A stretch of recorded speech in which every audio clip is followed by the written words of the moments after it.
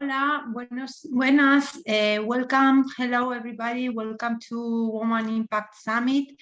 Tenéis un icono de interpretación que podéis pulsar para seleccionar el idioma de audio español-inglés que prefiráis. You have an icon of interpreters where you can select either English or Spanish to follow the conference. Estoy muy contenta de estar con vosotros y de poder presentar esta jornada. Estamos en la conferencia de mayor crecimiento para mujeres emprendedoras y profesionales de comunidades con baja representación a nivel global. El evento va a incluir sesiones de formación, paneles, charlas, oportunidades de networking y mucho más. Además, queremos que sea un evento global con el mayor alcance posible a mujeres de todo el mundo, independientemente de su origen y de su identidad, por lo que se trata de un evento totalmente gratuito. Durante la conferencia vamos a tener la oportunidad de compartir diferentes modos de aprovechar las oportunidades económicas que se generan por instituciones públicas, por sector privado o por líderes regionales que trabajan en iniciativas enfocadas a la mujer. El Women Impact Summit es posible gracias a la colaboración de organizadores y sponsors, particularmente gracias a PROEXCA, al Gobierno de Canarias, a Casa África, al Cabildo de Fuerteventura, a la Embajada de Estados Unidos en España, a Enterprise Europe Network, a Heroikka y a Afissio. También queremos mandar un saludo especial a la comunidad AWE, Academy of Women Entrepreneurs, que participarán en varios de los días de la conferencia. Igualmente agradecemos especialmente el esfuerzo del equipo de producción de Vanessa, de Silvia, de Irene, Paula y Rick, y también del equipo de Heroikka, a Pino, Irina y Maika. Es un placer para mí iniciar esta conferencia con la intervención de Elisa Carbonell. Elisa Carbonell es directora general de internacionalización de la empresa en ICEX, es licenciada en Derecho y técnico comercial y economista del Estado. Tiene una amplia experiencia en el campo de la internacionalización. Con anterioridad a su cargo actual, ha sido consejera económica y comercial jefe en la Embajada de España en Colombia. También ha sido asesora responsable de asuntos internacionales en el gabinete de la vicepresidenta primera y fue también responsable para asuntos económicos de la Unión Europea en el gabinete del ministro de Economía y Competitividad. En su actual cargo es responsable de impulsar la internacionalización de las empresas españolas y aumentar la base exportadora con un especial énfasis en las empresas lideradas por mujeres. Loreto, perdón, ¿Sí? Una incisión. Conéctate la cámara para que te podamos ver todas. Es que lo he intentado antes, pero es que no he podido. A ver. Dale al icono. No puede iniciar su vídeo porque el hospedador lo detuvo. Me sale siempre el mismo mensaje. Ah, vale, pues te lo digo a producción. Gracias, Loreto, sigue. Bueno, pues sin más, paso la palabra a Elisa Carbonell, directora general de internacionalización empresarial de ICEX. Muchísimas gracias, Loreto, por tu introducción. Me temo que yo tengo el mismo problema con la cámara, pero bueno, si os parece, voy saludando. Sí, hola lo están intentando solucionar, efectivamente, nos sale a todas. Lo están intentando solucionar las de producción. Muchas gracias. Pues nada, así mantenemos un poco el interés. Os diré que soy guapísima. Bueno, ahora en serio. Hola a todas las que nos acompañan hoy de todas las partes del mundo. Hello everyone, bonjour a tous.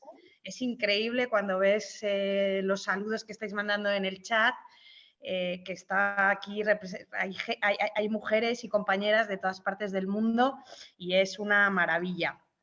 Tengo que empezar agradeciendo a la organización por invitar de nuevo al ICEX. El año pasado pues fue la consejera delegada, mi jefa, María Peña, quien participó en el Woman Impact del año pasado, y la verdad es que este año me hacía a mí especial ilusión participar y la verdad es que mi jefa pues me ha dejado estar aquí hoy con vosotros, ¿no?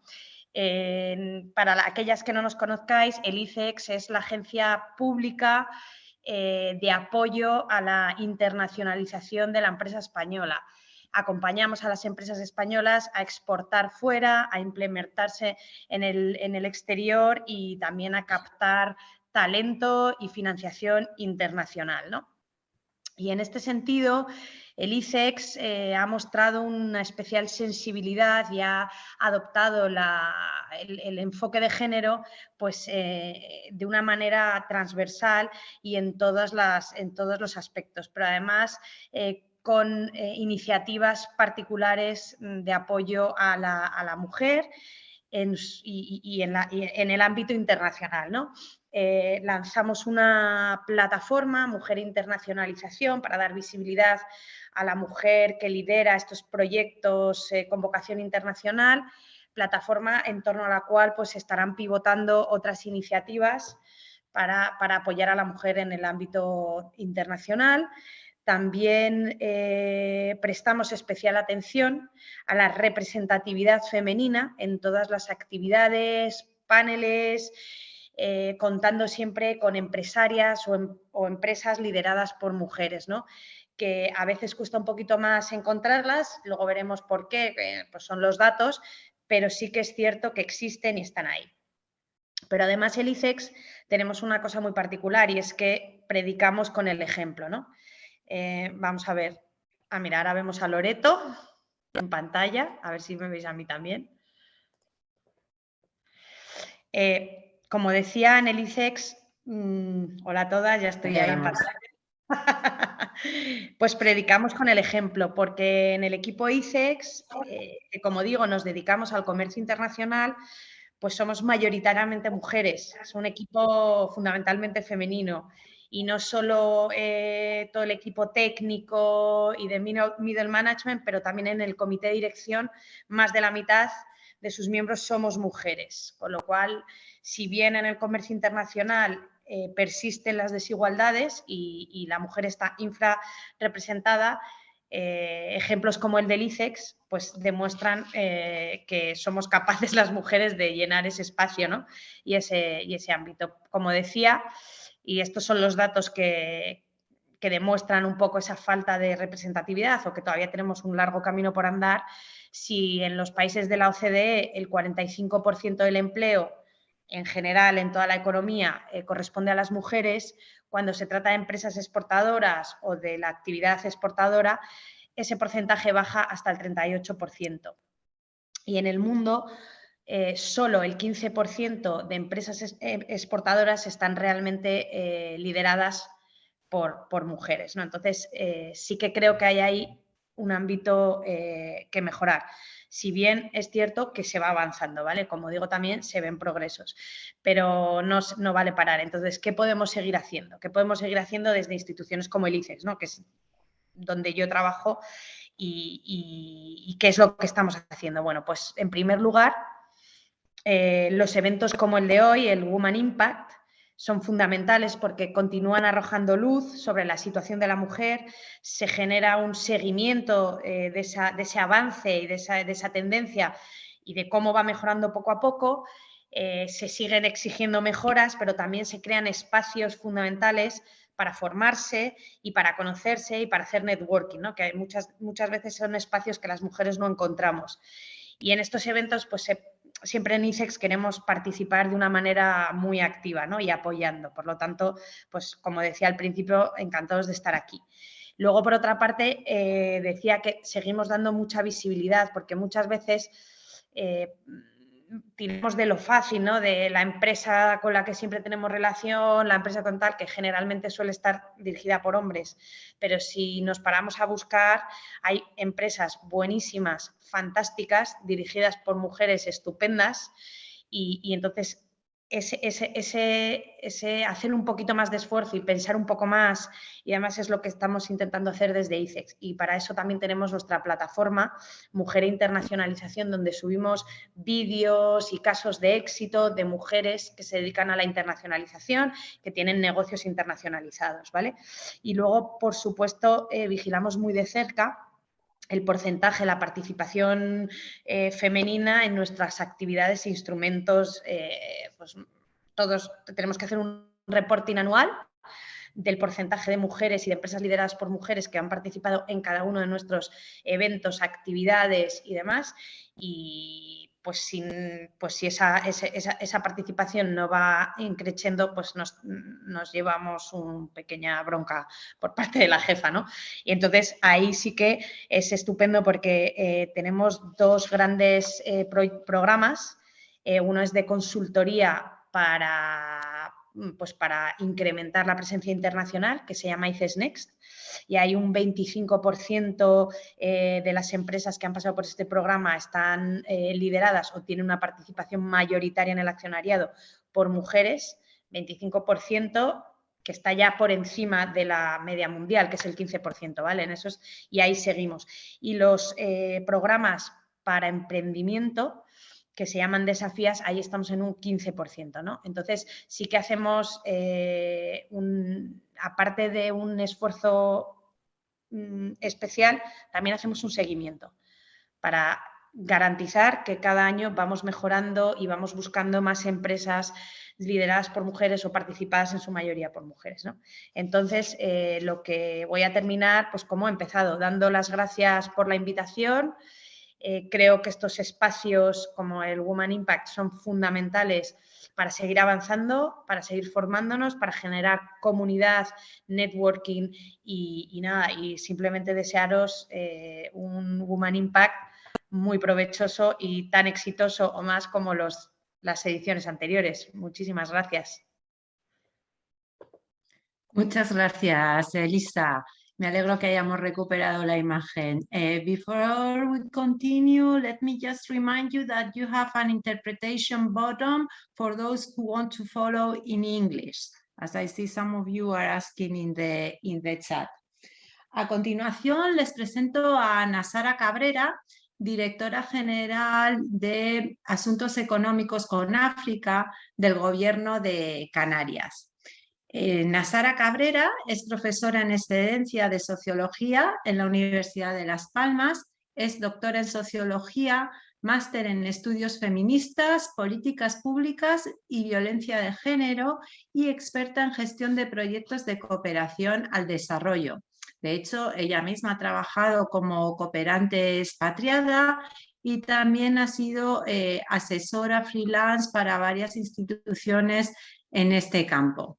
Desde 2019 ocupa la Dirección General de Asuntos Económicos con África en la Consejería de Economía, Conocimiento y Empleo del Gobierno canario y desde allí están trabajando en 3 ejes prioritarios: diplomacia económica, fomento de la innovación Canarias-África y formación, información y transferencia de conocimiento.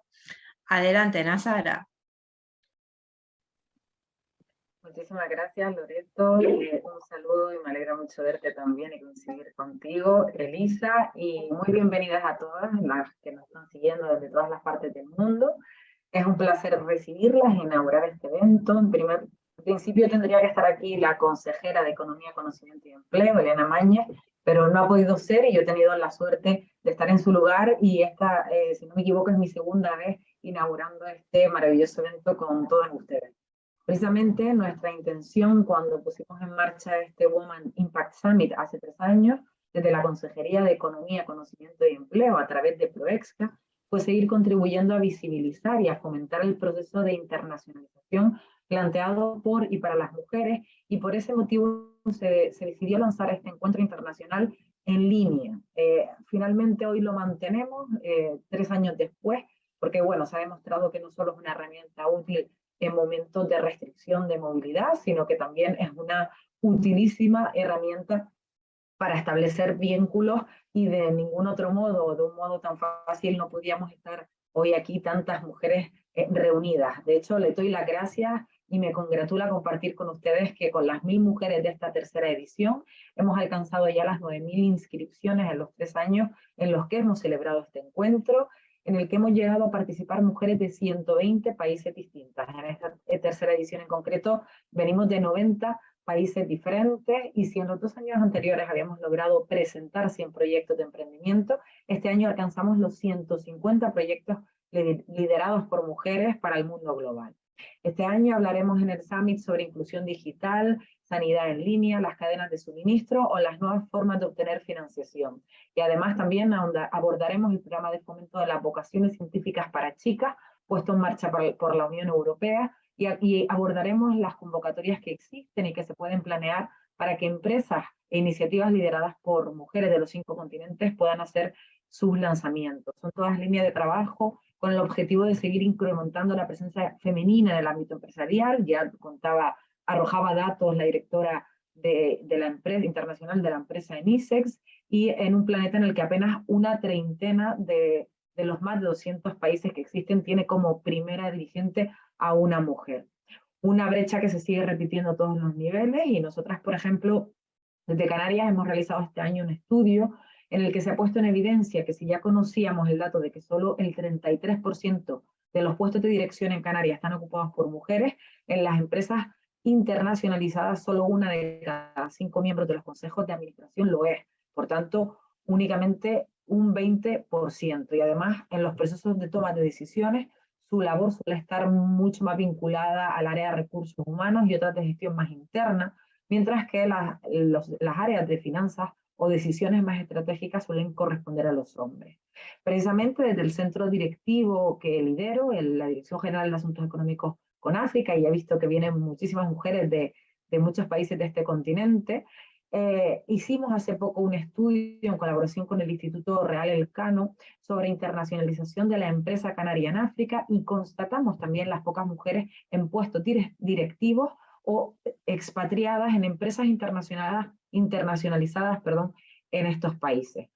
Nosotras aquí en estas islas hemos puesto en marcha numerosos programas de apoyo a la internacionalización de las mujeres, con mentorías, acompañamiento, formación y financiación, y con eventos como este, con el que pretendemos dar a nuestras mujeres una oportunidad más para ampliar sus perspectivas, sus contactos, y además poder promover sus proyectos en todo el planeta, además de ofrecerlas a todas las mujeres que están siguiendo este evento, Canarias como un emplazamiento ideal, tanto por su singular sistema fiscal como por su localización. Estamos a 100 kilómetros de las costas africanas y muy bien conectadas también con Europa, territorio del que formamos parte políticamente, y en la ruta hacia América para lanzar todo tipo de propuestas de negocio o de cualquier otra índole.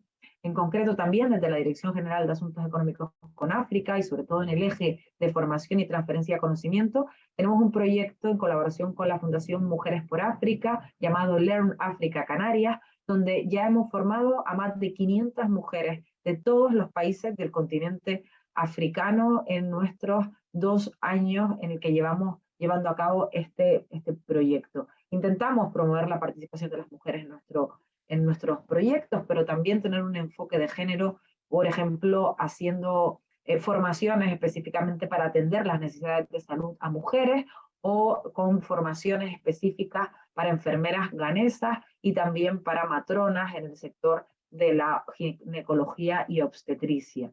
En definitiva, y ya para ir terminando, a lo que aspiramos en este evento es a generar todas las sinergias posibles, sin importar las fronteras, y si la labor común para que el mundo, también en los nuevos procesos digitalizadores, sea un poco más equilibrado y contando con una mayor participación femenina. Muchísimas gracias por su atención. Doy por inaugurado el Women Impact Summit 2022 y deseando que todas le saquen el mayor provecho posible. Un abrazo y hasta el año que viene.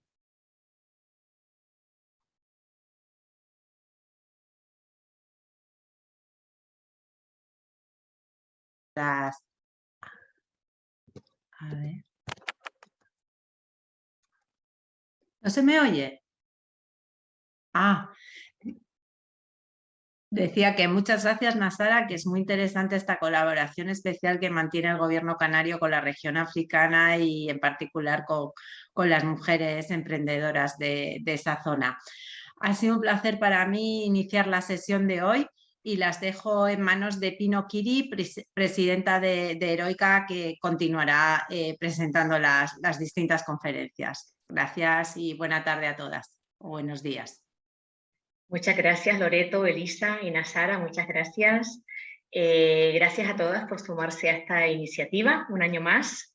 Estamos muy contentas y emocionadas de poder celebrar ya esta tercera edición del Women Impact Summit, donde nos conectamos miles de heroicas alrededor del mundo. En este primer día, que es el Día de Europa, tengo el placer de ser la maestra de ceremonias e iré presentándoles a cada una de las increíbles ponentes que tenemos este año.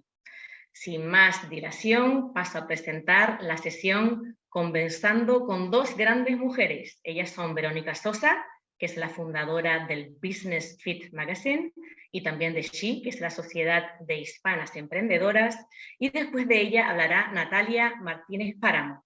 Natalia es jefa de unidad de la Agencia Ejecutiva para las Pequeñas y Medianas Empresas de la Comisión Europea y gestiona programas de la Unión Europea para fomentar la competitividad de las pequeñas empresas y otros programas en materia de investigación, medio ambiente, emprendimiento, etc.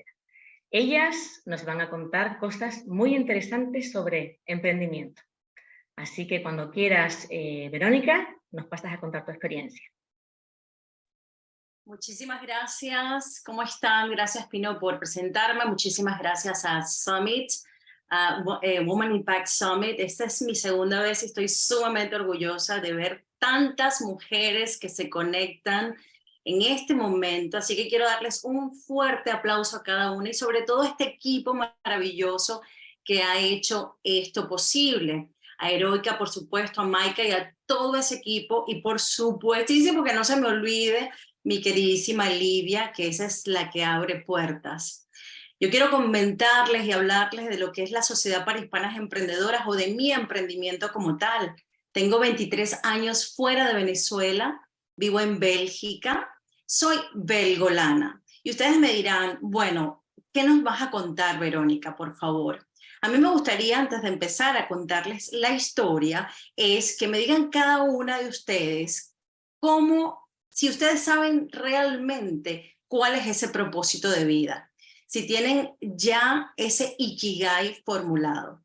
Les explico por qué es tan importante tener eso que llamamos Ikigai, esa palabra japonesa que nos indica vivir nuestro propósito de vida. Es que no hay nada más placentero y sobre todo que nos da fuerza cuando tenemos nuestro por qué y nuestro para qué.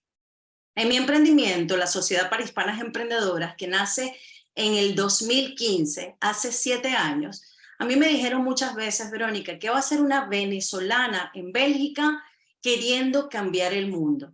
Y realmente uno dice, wow, cambiar el mundo, pero qué cara, ¿no? Qué cara. Y realmente cuando empecé mi emprendimiento, no solamente cambiaba cada vida de las mujeres que ayudaba, sino me cambiaba directamente a mí. Era transformar vidas mientras yo me transformaba. Esto, por supuesto, me lo dio lo que fue el desarrollo personal. Así que la base fundamental para cualquier emprendimiento es no solamente la educación y la teoría, sino el desarrollo personal. Y yo les voy a dar 4 puntos que a mí me sirvieron para que hoy la Sociedad para Hispanas Emprendedoras tenga 16 embajadoras en distintos países, abriendo en Australia en el 2023. Entonces, ¿cuáles son esos 4 puntos? Primero, partir desde el ser. Partir desde el ser es quién soy, qué me gusta, cuál es mi pasión, cuál es mi talento. Desarrollar esas habilidades, no solamente las duras, sino también las blandas. Y eso es el conectar conmigo, ser congruente con lo que pienso, digo y hago. ¿Cuántas de ustedes saben lo que piensa, dice y hace y es congruente con esto?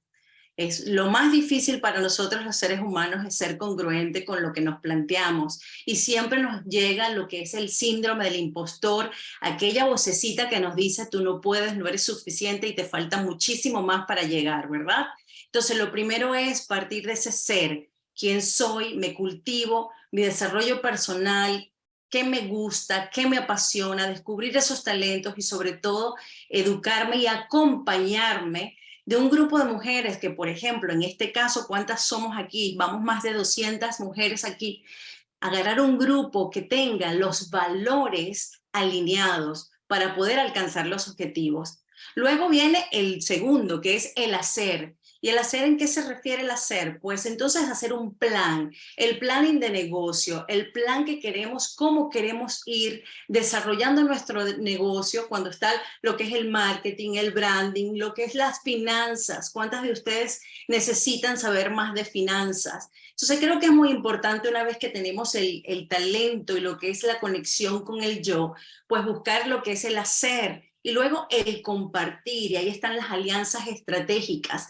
¿Cómo se hacen esas alianzas estratégicas? Muchas veces hablamos de lo que es networking, pero cuando vamos a un sitio o por aquí por internet no sabemos si queremos vender y conectar rápidamente sin llegar a conectar realmente desde el corazón con la otra persona y ver qué podemos hacer por la otra. Sumar, multiplicar y nunca restar.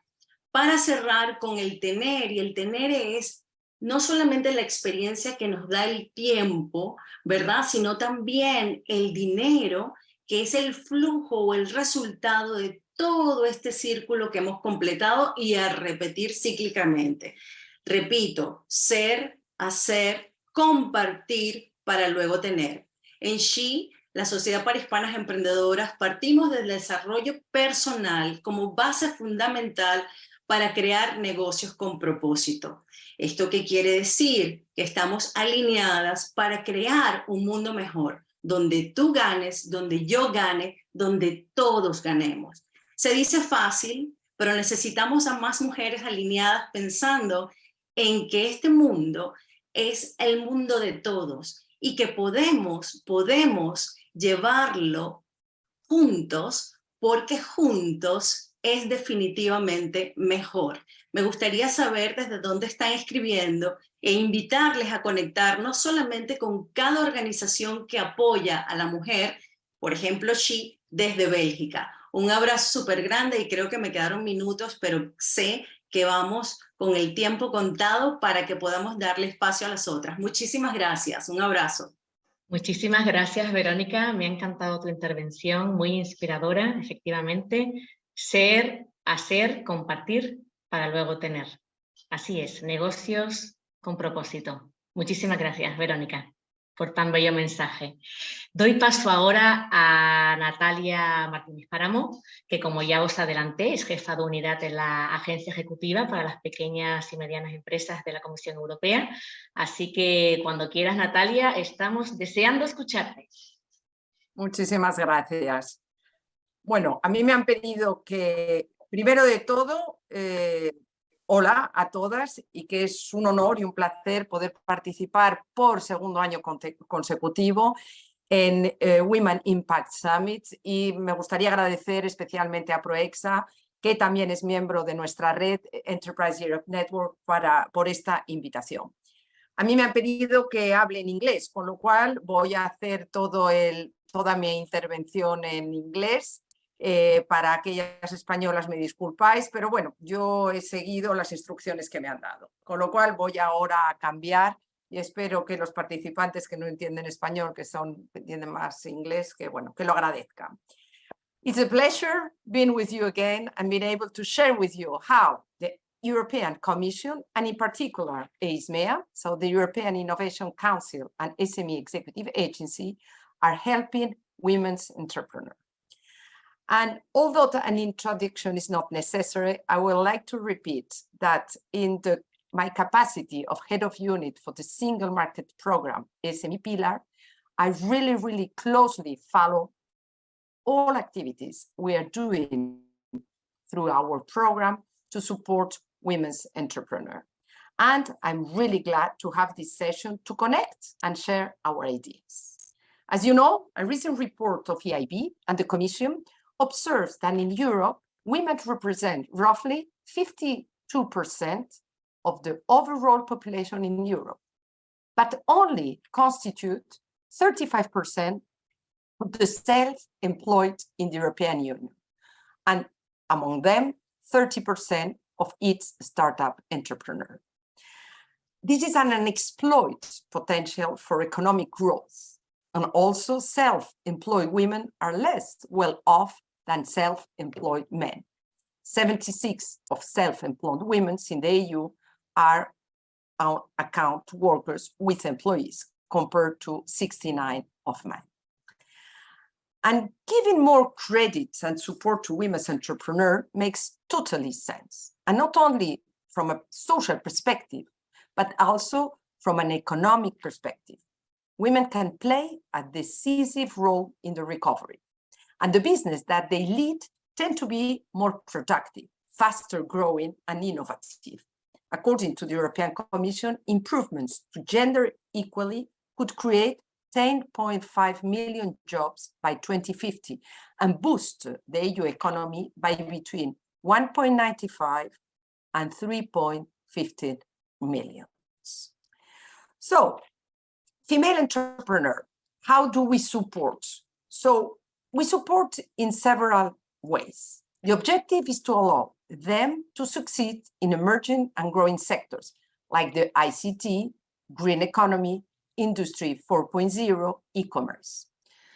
So to give some examples, entrepreneurship education should be mainstreamed into education and training. It should be also more practice-oriented. And women need targeted funding, guidance, and business services. We need to remove structural barriers with regard to access to finance, mentoring business champions, and innovative forms of financing can be useful to overcome barriers.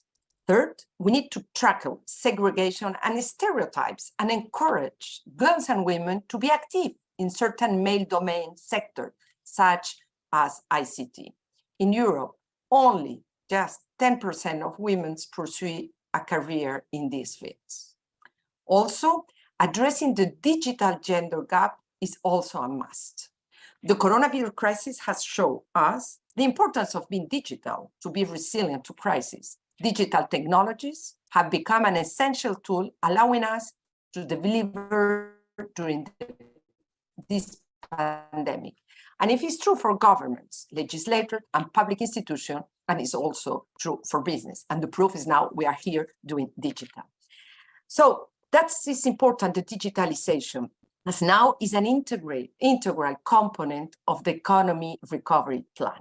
The digital transformation is having a far-reaching impact of the business environment. New technologies can offer numerous opportunities, and companies that become competent and move quickly in these areas during the crisis will have a strategic advantage over their competitors in the post-pandemic economy.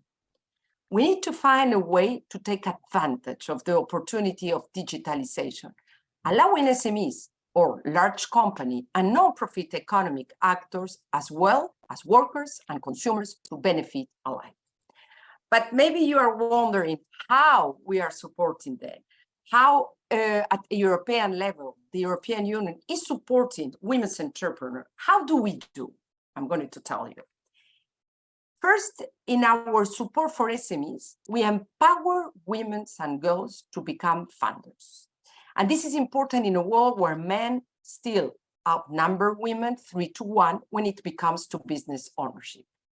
We fund projects to promote role models, improve access to network and mentoring for women, as well as communities of practices where experiences and problem solving and share, like the EN, the Enterprise Europe Network. And this year, let me remind you, the EU has adopted legislation that will ensure women and men are equally represented on company boards EU-wide. So the European Commission promotes women's economic empowerment and women's entrepreneurship. And based on the needs expressed by women entrepreneurs, the Commission has encouraged networking and exchange of good practices, as well as initiatives that help women build confidence in their remarkable abilities. Because when women work, our economy grows. More women in business makes economic sense, and we must help them get there. Coupled with targeted support for women's entrepreneurship, these goals will also help women break down the barriers, not just in business, but to the whole labor markets. This is a general overview of what the European Commission does, but what we do in AISMEA, in our agency. We have been promoting and supporting actions involving female entrepreneurs in recent years, from making female-led companies visible, creating role models, building communities, to ensuring the participation of more women applying for and receiving EU funding. But let me give you some examples because I think they are more self-evident. We have, for instance, the EU Prize for Women's Innovators, a prize awarded every year to the most talented women entrepreneurs who have founded a successful company and brought innovation to the markets. With this prize, the EU seeks to raise awareness of the need for more women's innovators and create role models for women and girls everywhere. 3 women's innovators each receive 100,000 and another 50,000 euros will be awarded to a rising innovator, an exceptional entrepreneur at the beginning of her career. And the winners were announced during the EAC summit last week. So this is really a great example. Another action, Women Take EU, is a brand new initiative that offers first-class coaching and mentoring to female founders, as well as targeted funding, grant of euro 75,000 to help take their business to the next level. It provides support at the earliest risky stage of companies in order to increase the number of women launching their own startups. It says that the connection isn't stable. I don't know if there is any problem or not. Okay. And as I said, this grant provides support earliest risky stage of companies in order to increase the number of women launching their own startups. The 13th and supports a first cohort of 50 promising women-led startups starting from 2022, and deadline for applications closed on November. The program has proven to be very popular with a total of almost 400 submitted proposals. Another action is the EAC Women Leadership Program. As you know, is implemented by the EAC, European Innovation Council, and will include different ad hoc mentoring, training, community, and also promotional activities to support female founders and research leaders in their entrepreneurship path. 50 women researchers and entrepreneurs were selected from a pool of over 200 applicants coming from various EAC-funded projects, Accelerator, Pathfinder, and other Horizon 2020 legacy calls.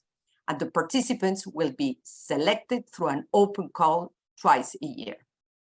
And this program, what it aims to help participating women to ascend to senior positions and management, to create spin-offs and or ensure follow-on investment, run deals with corporates and procure for their companies. Another action, and this one is since 2015. Yes? Okay. Just to tell you that all the we girls have went around, they are asking if you afterwards in the message can write the name of all the programs so that they can look for it in the European Union. After okay, I will once I I have finished the intervention, I will write the names of all these actions, even if some of them have already passed, but then to let you. Okay, I will do it. Thank you. So another one, which one is an old one since 2016, is we have sponsored WeGate. What is WeGate? It's a European online platform that helps to create real opportunities for women to do business or to expand their network or learn from mentors and peers how to achieve their full potential. Today, we have more than 3,000 women's entrepreneurs benefit from this. The platform has now 2,000 members from 43 different countries in the EU and beyond. And last but not least, via our Enterprise Europe Network and its thematic group for women's entrepreneurs with more than 80 members, we have been supporting female entrepreneurs for many years now.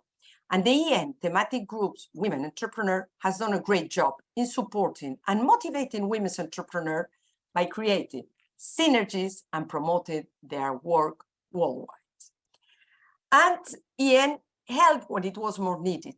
In fact, during the difficult times of the pandemic, EN did not only support SMEs in facing the negative consequences of the crisis, but also help some of them unlock new opportunities.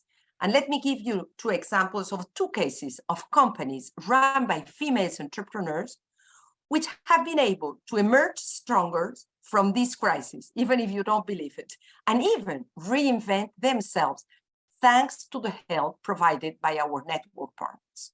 The first one is the Maltese partner, Malta Enterprise, Enable Block.ltd.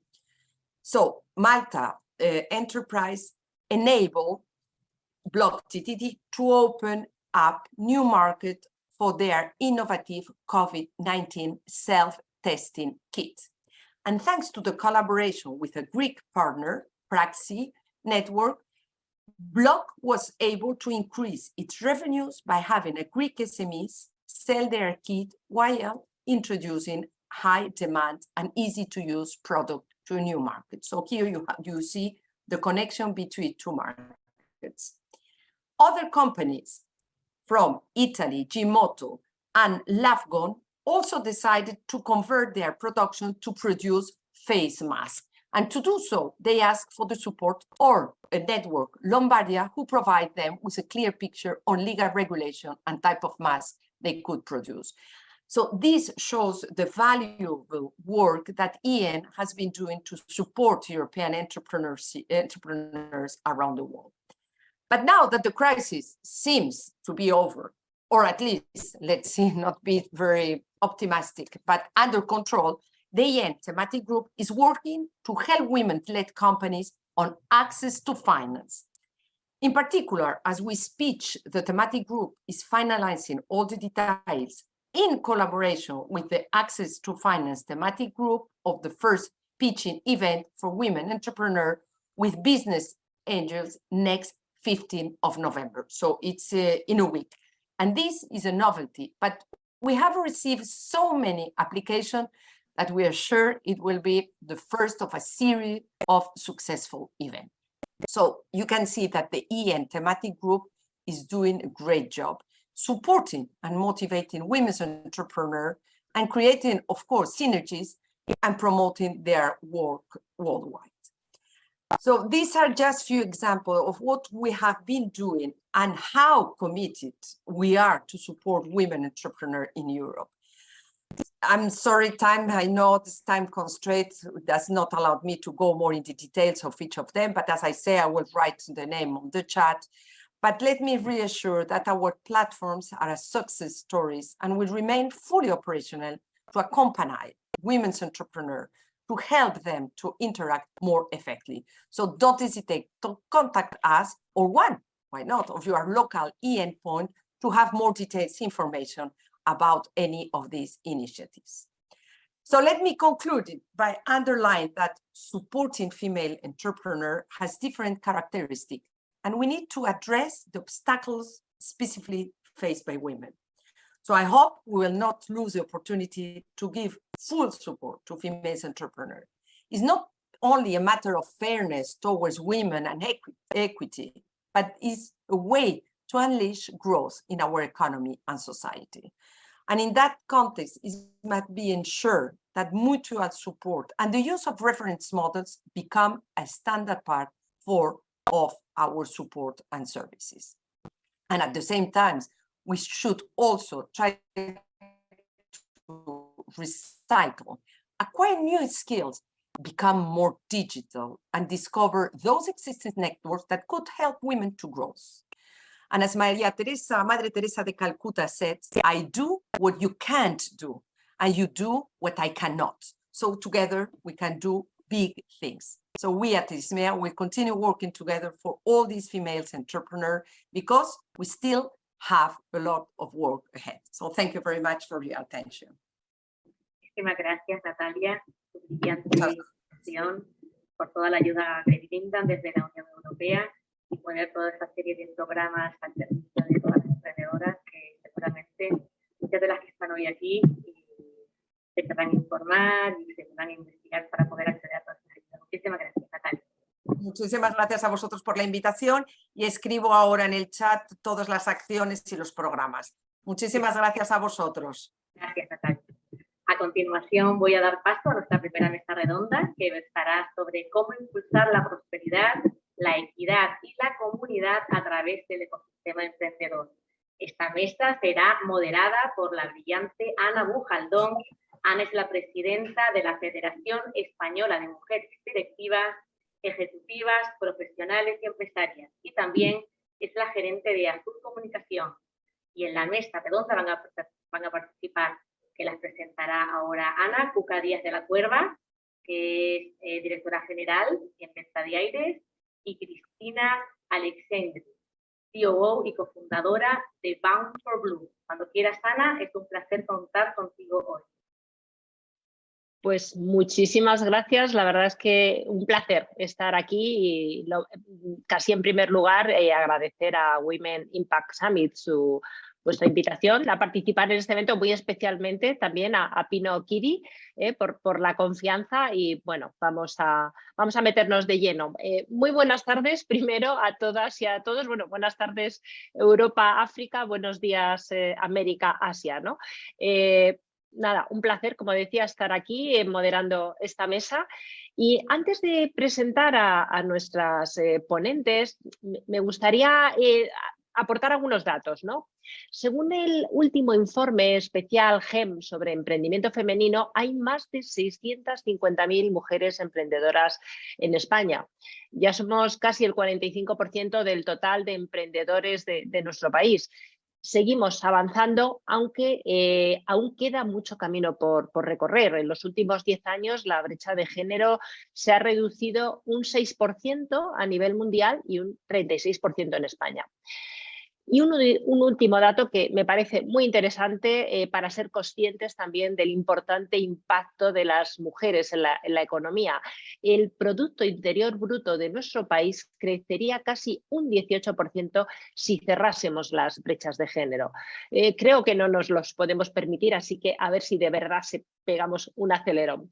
Bueno, de todo esto y también de las experiencias profesionales y personales vamos a hablar en los próximos 30 minutos con dos mujeres emprendedoras, empresarias que con su visión y talento han conseguido generar riqueza y empleo.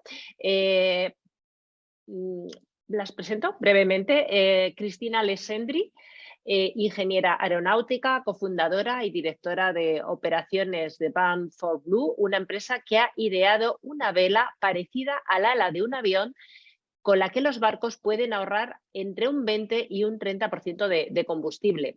Cristina además fue reconocida en 2017 como una de las top 50 emprendedoras de Europa e incluida 2 años después en la lista de jóvenes profesionales más prometedoras de Europa y menores de 30 años en la revista Forbes.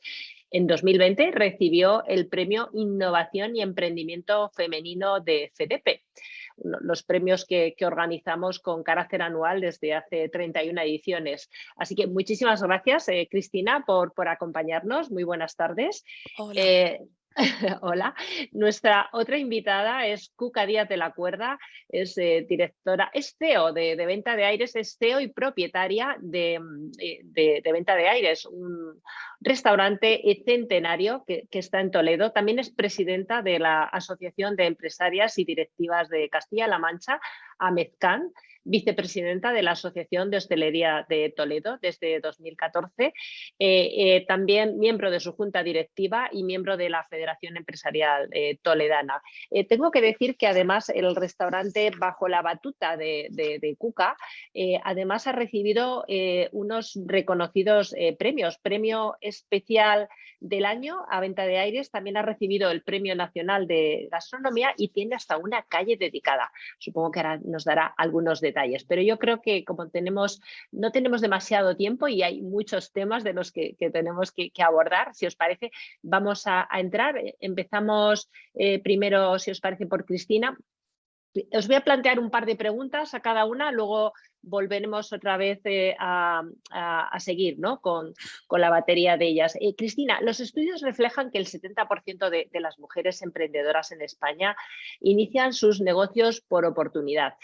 Este quizá es tu caso, ¿no?, que detectaste una oportunidad apostando por la innovación y cofundaste Ban for Blue.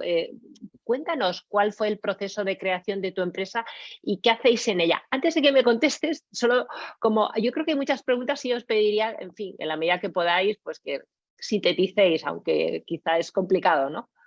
Sí, porque si no yo me extiendo mucho. Al final había un problema y todos los negocios empiezan por un problema detrás. El problema era el coste de combustible de los barcos y que tenían cada vez que ser más sostenibles y eso hacía que todavía el coste fuera más grande de combustibles alternativos limpios. Y nosotros como ingenieros aeronáuticos, bueno, tanto yo junto con mis compañeros José Miguel y David, pues veíamos que la solución estaba en el sector aeronáutico y era volver a poner velas en los barcos, pero más parecidas a las de avión. Y nada, nos lanzamos a ello, no tenía experiencia, yo soy ingeniera y entonces, bueno, sí que participamos en varios programas, mis compañeros sí que contaban con experiencia anterior y al final aprendimos emprendiendo. ¿Y de qué manera Ban for Blue está impactando en el sector naval y marítimo, que es un sector clave para la sociedad?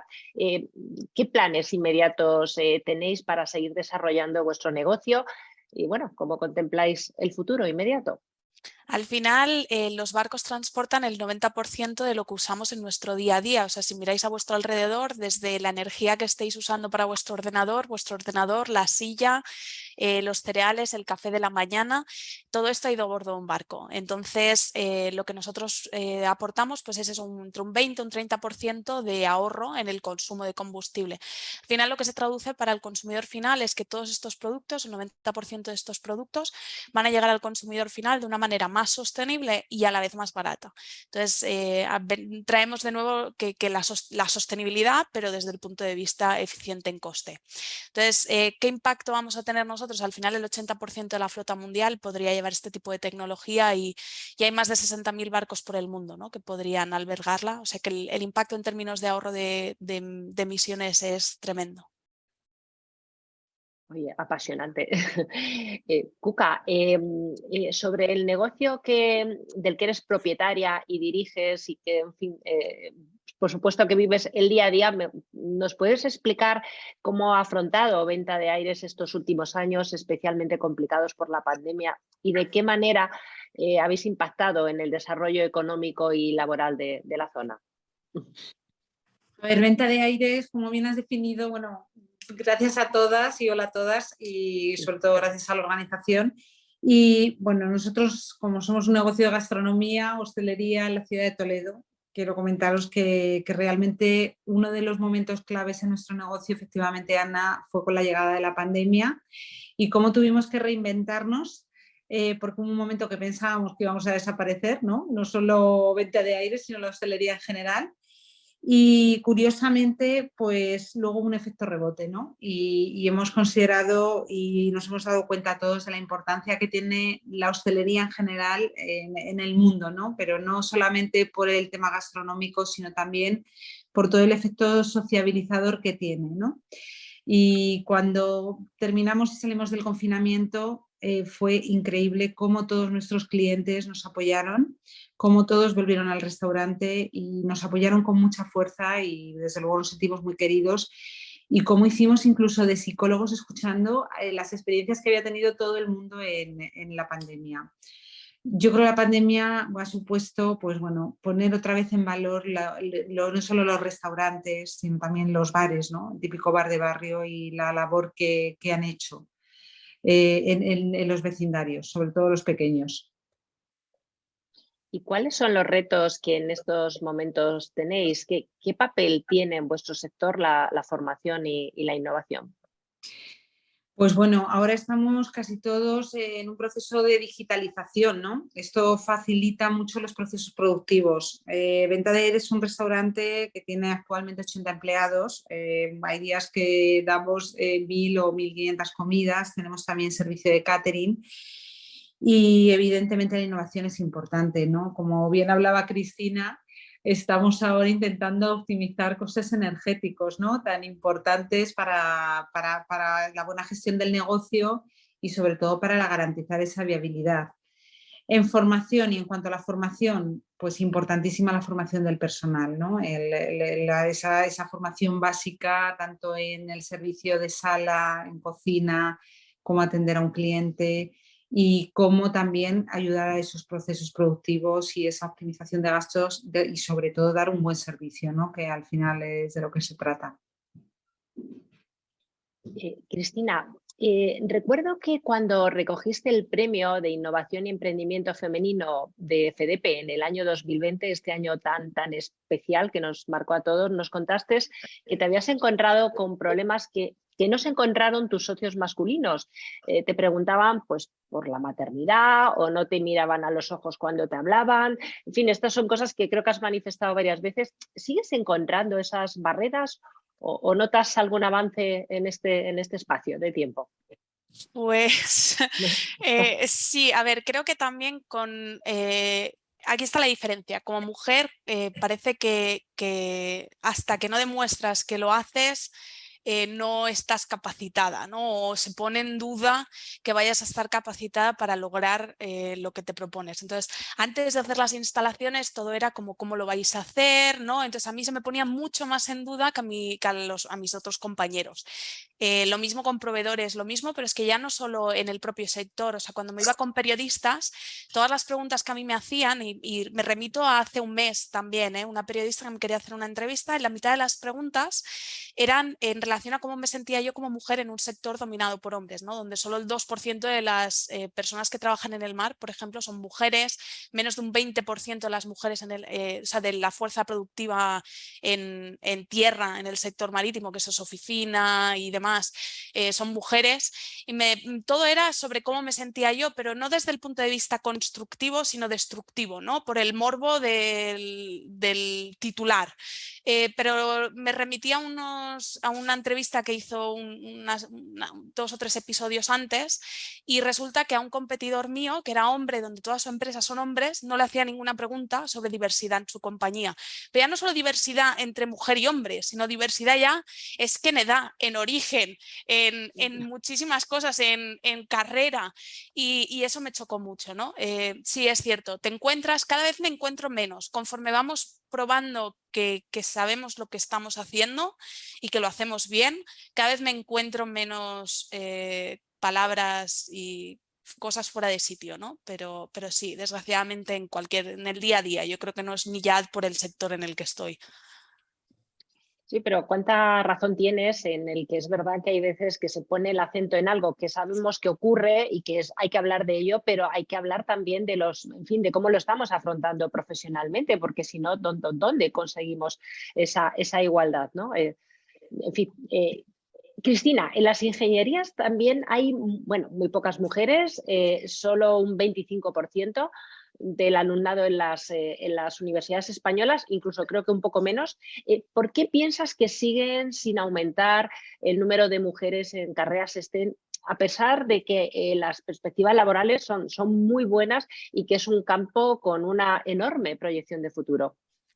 Yo creo que por la escasez de referentes, por lo menos ese era mi caso. Y luego que las ingenierías realmente, tú vas en el día a día y tú sabes lo que hace un médico porque al final te lo encuentras. Tú sabes lo que es un profesor porque te lo encuentras, ¿no?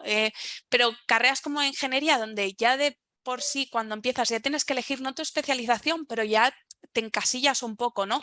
Pues realmente la gente no lo conoce tanto, y cuando te vas a la parte, yo en mi caso que estudié en un colegio solo de chicas, ni siquiera estaba el bachillerato tecnológico porque no lo demandaban, era la única que lo demandaba, ¿no? Entonces hice un híbrido entre el tecnológico y el de la salud, una cosa extraña, ¿no? Pero no pude hacer lo mismo que otros compañeros por el tipo de colegio al que al final fui. Entonces, bueno, yo creo que es eso, la escasez de referentes, el no conocer, y luego un poco, pues yo me lo encontré en su momento, ¿no? Cuando yo dije que quería ser ingeniera al final y no doctora, que fue el caso, pero eso no es para chicos, ¿no? Sigue esa mentalidad todavía que el ingeniero va lleno de grasa, y a veces, pues el otro día tuve un colegio de niñas y me encantó porque creo que hay un cambio muy grande. Les pregunté a todas ellas que quién quería ser ingeniera, y un tercio de toda la clase de niñas que eran de mi colegio levantaron la mano, ¿no? En aquel momento solo era yo la que quería estudiar ingeniería, y teníamos pues un tercio, el 30% de la clase, un poquito más obviamente, querían ser ingenieras o estudiar una carrera técnica. O sea que creo que hay un cambio, pero justamente pasa por la parte de educación, cómo les damos apoyo y cómo les ayudamos también a cumplir esos sueños y a que vean que la ingeniería es un método para ellas, pues desarrollarse profesionalmente y hacer de este mundo un mundo mejor. Sin duda, ¿no? Y esos modelos de referencia, así que yo te animo a que dediques una parte de tiempo a visitar colegios. Siempre, siempre. Cuca, me gustaría que nos contaras también tu experiencia como mujer en el sector de restauración, que también es muy importante para la economía española. Somos un país con un importantísimo sector turístico, uno de los principales motores de nuestra economía, y tú además eres empresaria en una de las ciudades más visitadas de España. Y bueno, y más bonitas del mundo, seguro, ¿no? ¿Cuál es el papel de las mujeres empresarias en tu ámbito, en tu sector? Bueno, el sector de la restauración, pues tradicionalmente ha sido siempre un sector de hombres, la verdad, y dirigidos por hombres, ¿no? Las mujeres en los restaurantes en España tradicionalmente o estaban ayudando en la cocina o en la limpieza, pero casi nunca al frente. Pero sorprendentemente Venta de Aires siempre fue liderado por mujeres, ¿no? Doña Modesta, que fue la fundadora, ya era el año 1891, era quien puso en marcha el restaurante y desde luego quien cocinaba esas perdices que le hicieron tan famoso a Venta de Aires.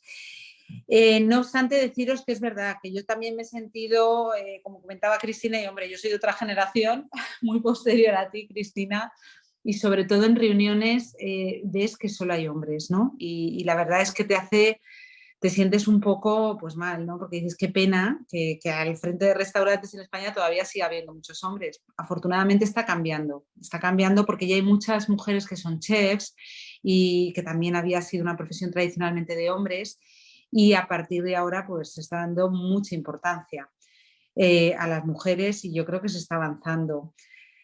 Nos queda un poco, ¿eh? A mí al principio llevo 12 años al frente del restaurante y el 90% de la plantilla eran hombres y las mujeres se limitaban al departamento de limpieza nada más.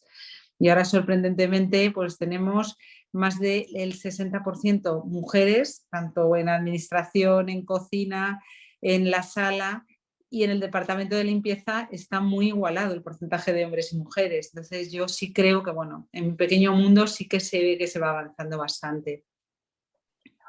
Una de las principales dificultades que plantea este sector a la hora de incorporar a un mayor número de mujeres también tiene que ver con la conciliación y la corresponsabilidad. Precisamente en el barómetro FEDEPE, uno de los datos que obtuvimos es que el 68% de las mujeres encuestadas señalaba como principal barrera de su vida profesional la dificultad para conciliar la vida familiar y laboral. ¿Cuál es aquí tu experiencia? ¿Qué barreras te has encontrado y crees que frenan el liderazgo femenino?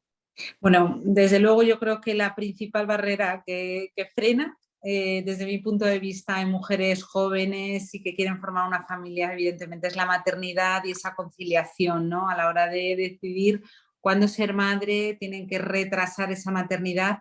Y creo que la clave para poder liderar empresas es esa conciliación, ¿no? Y es el poder combinar.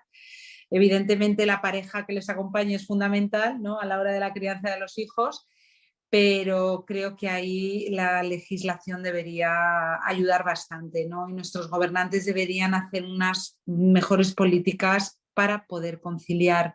Yo siempre digo que no hay que trabajar tantas horas, hay que trabajar mejor. Debemos tener una normativa mucho más flexible porque en muchas ocasiones ni siquiera los propios, en mi caso, pues propios trabajadores pueden elegir esos horarios de trabajo, ¿no? Es decir, hay muchas mujeres que les interesa trabajar exclusivamente los festivos porque piensan que van a conciliar mejor y porque su pareja es cuando puede cuidar a los niños, ¿no? Y cuando realmente pueden recibir esa ayuda familiar. Entonces yo sí creo que la conciliación es importante. Me gustaría ahora lanzaros una pregunta a las dos, a ver qué opináis, ¿no? En España tenemos un grave problema de paro estructural que afecta especialmente a las mujeres. Tenemos la segunda tasa de desempleo femenino más alta de Europa, que está solo por detrás de Grecia. Y en este contexto, el autoempleo se abre camino. ¿Qué consejo daríais a las mujeres que se plantean en estos momentos emprender, poner en marcha su propio negocio? Porque, bueno, fácil no es. Esto yo creo que lo tenemos claro. No sé cuál de las dos, la que queráis. Yo, por lo menos lo que hice, yo sabía mucho de cosas técnicas, pero muy poquito de cómo empezar un negocio. Entonces hay muchísimos programas de incubación y aceleración. Si es desde el punto de vista tecnológico, pues me iría, por ejemplo, a Europa. El Instituto Europeo de Innovación y Tecnología tiene muchos KICs, institutos de conocimiento. Yo participé en el de cambio climático y para mí la verdad es que fue diferencial y me apoyaron muchísimo. También hay de emprendimiento y no participé en él, pero estoy segura de que el programa tiene que ser igual, si no mejor. Luego, pues al final a nivel local también hay muchos apoyos, ya no solo en tu ciudad, sino a nivel pues en tu región. En Cataluña, por ejemplo, los hay, también en Barcelona más localizado, pero también si tu proyecto tiene impacto muchísimo más local, incluso en los pueblos hay pueblos que son más grandes y también tienen apoyo a proyectos emprendedores. Y después buscarte un mentor, ¿por qué no? Alguien de tu mismo sector pues que te ayude y te aconseje y te ayude a crecer. Yo sí con Cristina que, bueno, que aparte de todas esas instituciones, que hay muchísimas, ¿no? Para brindar ayuda, pero muchas veces los procedimientos son lentos y no los terminan de entender. Yo desde luego lo que sí que animaría es a todas las mujeres jóvenes a que emprendiesen. Y emprendiesen además sin complejos y que perseveraran en ese intento de si tienen una buena idea, quieren emprender un negocio. Y me parece muy importante lo que ha dicho Cristina de buscarse un mentor, ¿no? Hay muchos empresarios pues ya con un recorrido, con una experiencia que están deseando escuchar a los jóvenes y que les planteen proyectos nuevos. Y creo que hay mentores, ¿no? Porque les pueden ayudar, que se rodeen de gente buena que les pueda ayudar. También para las dos, ¿cuáles son los principales problemas que habéis detectado a la hora de emprender y dónde creéis que deberíamos poner el acento para elevar la cultura emprendedora en nuestro país? Hablamos antes de conciliación, pero puedo, y también lo puedo hacer desde la experiencia, que también soy empresaria, como emprendedora y empresaria, yo creo que hay un grave problema también con la financiación, también con la internacionalización de las empresas lideradas por mujeres. Nos cuesta más acceder a la financiación y nos cuesta más dar ese paso. ¿Qué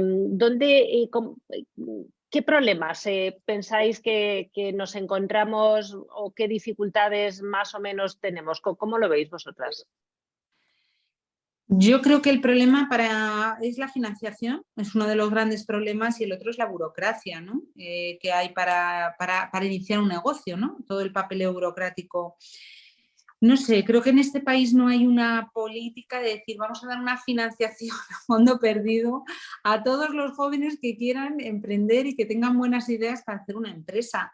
Y es que esto es fundamental, o sea, no solamente tienen que ser organismos privados, sino organismos públicos o la banca, incluso decir que crean en los proyectos, que ya desde la propia universidad sean los universitarios los que tengan esas ideas, que se les escuche y que se les financie, ¿no?, para esos proyectos. Creo que se destina, igual que se destinan muy pocos fondos o muy pocas partidas presupuestarias a investigación, creo que también se destinan muy pocas partidas presupuestarias al emprendimiento real, al de esos proyectos que pueden ser inicialmente pequeños de nuestros jóvenes, y más en un país con el grave problema que tenemos de paro y con el grave problema que tenemos con los sueldos que no levantan. O sea, que es que realmente es muy difícil que llegan a unos sueldos pues para poder acceder a cosas básicas como es adquirir una vivienda, formar una familia, ¿no?, y tener un poco de holgura económica. Entonces sí que es verdad que deberían hacer esas políticas de financiación que sean interesantes para los jóvenes, porque hay mucho programa, pero luego realmente hay muy pocos fondos, ¿no?, o no son accesibles. Yo creo que deberíamos, a veces tomamos el ejemplo de otros países para lo que nos interesa, pero no tanto para la parte de financiación. Un buen ejemplo sería Israel en cuanto a financiación y la cultura que tienen en cuanto a los emprendedores. Es decir, te dejo hacer, te ayudo, por cada euro que tú encuentres de inversión privada, el gobierno te va a poner un euro. Entonces, eso es muy bueno. Y luego, si fracasas, no pasa nada. Si vuelves a montar otra empresa, el gobierno sigue invirtiendo en ti a la vez que los inversores privados de ahí. Entonces, creo que por lo menos en España y en muchísimas regiones, la parte de si has fracasado con una empresa, ¿no?, eso ya es un lastre para seguir, cuando en realidad lo que tienes es muchísimo más aprendizaje y sabes dónde no vas a caer porque ya has caído, ¿no?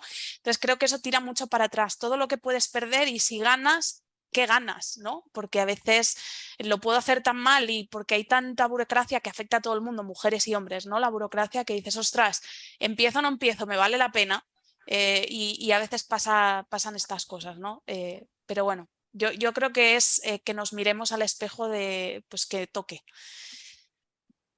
Eso yo creo, y quizá también la cultura del fracaso, ¿no?, que tenemos en España, ¿no?, que se aprende, ¿no?, sin duda de los errores se aprende, pero es verdad que el exceso de regulación también frena muchas iniciativas. Yo creo que nos deben de quedarnos, a ver si me dice algo la organización, unos 6-7 minutos, así que me gustaría lanzaros un par de preguntas. 2 minutos. Vale, bueno, pues... Bueno, pues quizá en ese caso, quizá preguntaros ¿qué le pedís al 2023? Bueno, aquello, no sé, yo al 2023 iba a decir un refrán que es muy típico aquí, que es virgencita, que me dejen como estoy, ¿no? Porque todas las previsiones son muy negativas. A ver, yo pediría de verdad que tuviésemos ilusión, además de salud, y que no sé, que no perdamos la ilusión, ¿no? Porque últimamente estoy viendo que estamos como en un país donde nada vale, donde la gente está como muy deprimida, todas las noticias son negativas y creo que eso no es bueno. Y desde luego le pediría, bueno, sobre todo salud e ilusión. Yo soy demasiado ambiciosa para el 23, pero yo le pido que todos trabajemos juntos en cuanto al cambio climático y bueno, al final que nadie se quede atrás en todo esto. Eso significa pues que la tecnología esté a disposición de la sociedad. Oye, maravilloso, sin duda un mensaje de esperanza, Cuca y Cristina, precisamente hoy, ¿no?, de sostenibilidad, que empieza la COP27, ¿no?, en Egipto. Así que, de verdad, oye, ojalá se cumplan vuestros deseos. Creo que todas las personas que estén conectadas se sumarán. Así que muchísimas gracias a las dos. Esto yo creo que ha sido breve, pero con intensidad, muy interesante, y creo que hemos aprendido mucho. Hay una frase de Anne Sweeney, que es copresidenta de Disney, que dijo una vez que tenemos que definir y alcanzar el éxito por nuestros propios términos y vivir una vida que nos haga sentirnos orgullosas. Así que yo creo que de alguna manera esa frase también define esta mesa de hoy. Así que os deseo a todas mucho éxito, que sigáis teniendo tanto impacto positivo en vuestros respectivos sectores y comunidades. Y bueno, buenas tardes, buenos días a todos. Hasta pronto y gracias a la organización. Un placer. Gracias. Gracias. Adiós. Muchísimas gracias Ana, muchísimas gracias Cuca y Cristina por todas las aportaciones y por todos los consejos tan prácticos que les habéis dado a todas las emprendedoras y como dice Ana, ojalá se cumplan estos deseos para el 2023, efectivamente. Muchísimas gracias. Pasamos ahora a pasar a una sesión y una parte del día que es muy especial para toda la comunidad del Summit, ya que vamos a ver la presentación de los proyectos seleccionados en la convocatoria lanzada por Heroikka. Gracias a todas las participantes por todo el trabajo que realizan por medio de sus empresas e iniciativas en sus comunidades. Vamos a empezar por ver todos estos proyectos que han sido seleccionados. Así que por favor suban aquí a la pantalla Tania Fouquet, Cora Fascina de MedWomen, Tania Fouquet de Speak, Lubna Mesudi de Be Walk Rising y Clara La Piedra de Aula Magna. Vamos a empezar con Tania Fouquet de Speak. Adelante, Tania, te oímos. Hi, hello, how are you? How are you? Fine, thank you very much for this opportunity. So, yeah, first of all, I think it's very important for us as like international project to be here in a Women Impact Summit. So thank you very much for selecting us. And I would like to just say that I'm one of the co-founders of Speak in Madrid, and Speak was born in Portugal in 2014, and we brought it to Madrid in July 2020. So I would like to share my screen. I hope it will be possible. Just let me know if you see it. You see the screen? Yes, we see it very good. Okay. So let me, okay, perfect. Nice. So I don't know if you're aware that every week in the world, like more than 3 million people move to a new city. So this number is just like crazy. And there are more than 281 million migrants in the world. And by 2022, a record number of more than 100 million displaced people is expected. So taking into account all the new conflicts that we are living, no? And many people believe that this is something that we need to fear and to fight, so leading to social exclusion of migrants and refugees. So what is Speak? Oh, I cannot.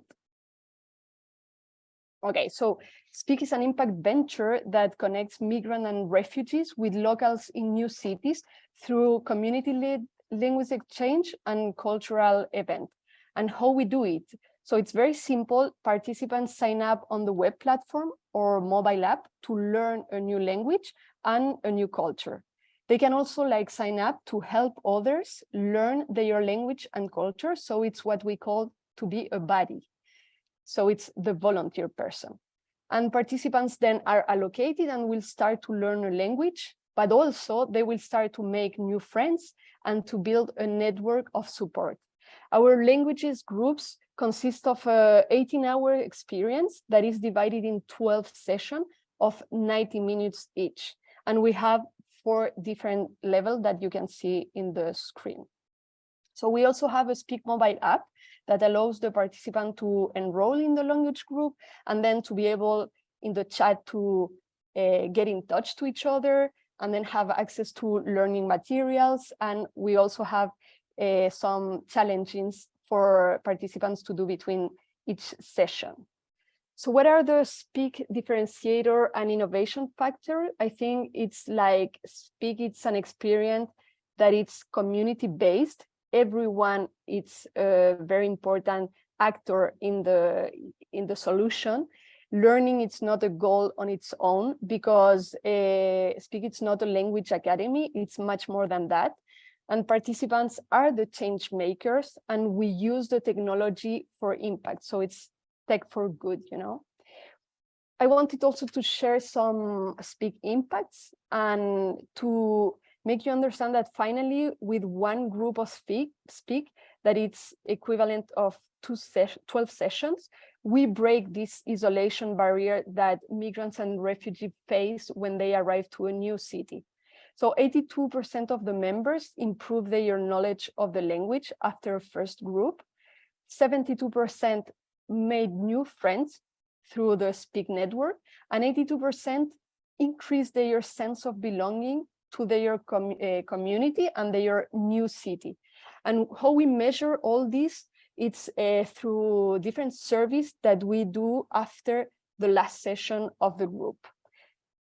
We have some data from Speak Madrid. As I told you, we arrived to Madrid in July 2020, and today we are more than 750 members, 8 languages shared, more than 100 bodies, so more than 100 volunteers that are committed in our language group, 67 nationalities, sorry, and 338 refugees have benefited of our language group. And this is only in Madrid, because of course the numbers are much bigger when we see the whole community of Speak.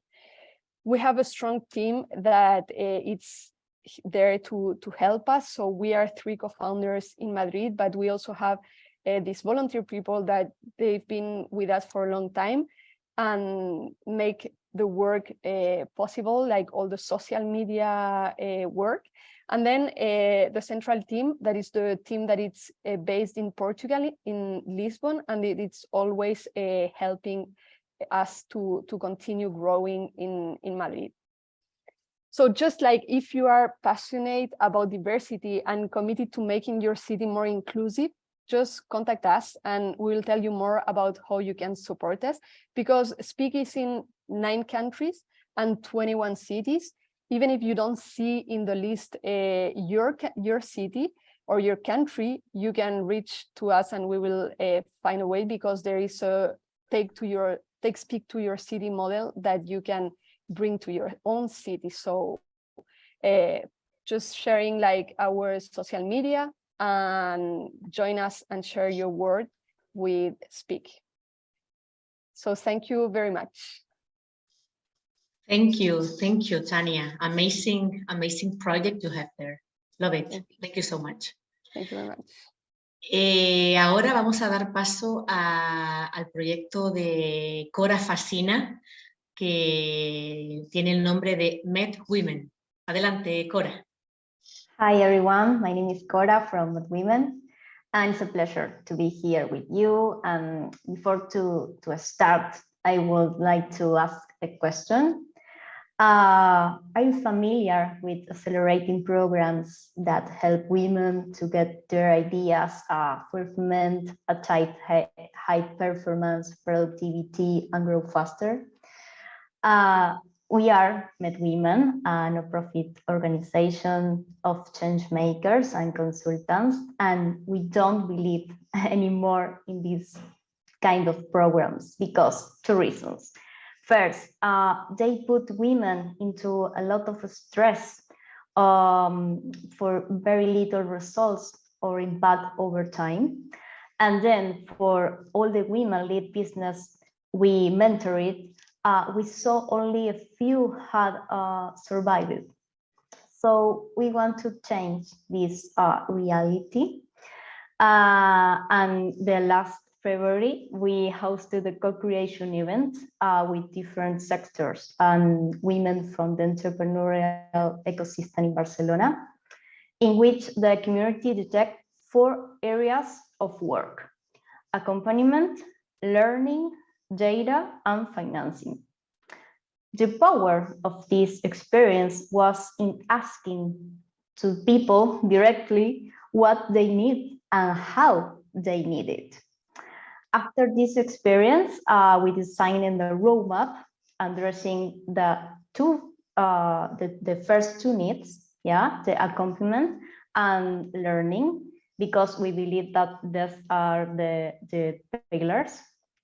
So about accompaniment, our program for women leaders and entrepreneurs approach their goals with an organic and sustainable rhythm, connecting with a network of support and significant mentoring.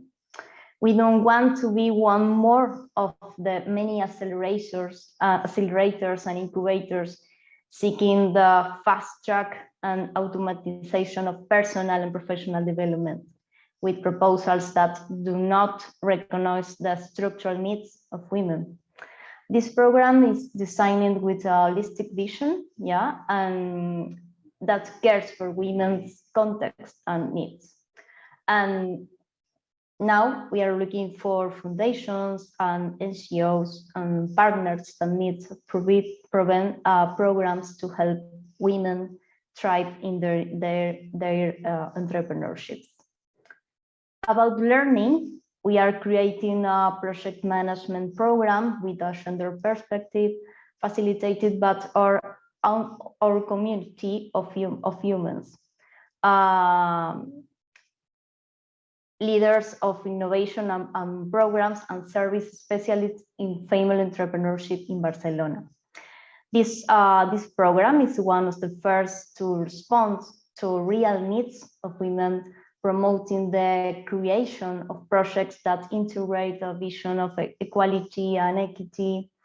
And it's a great opportunity to bring business to reality closer to the academic sector. Now we are looking for universities, training centers, or academies with the need to include studies with a gender perspective in their curriculum. And it will be a pleasure to collaborate with you in any of the two proposals, the accompaniment or a learning proposal. I know that all of us present here want to improve the world, and it will be nice to do it together. Thank you very much. Muchísimas gracias, Cora. Espectacular tu proyecto también, muy inspirador. Y vamos a dar paso ahora a Lubna Messaoudi de BWalk Rising.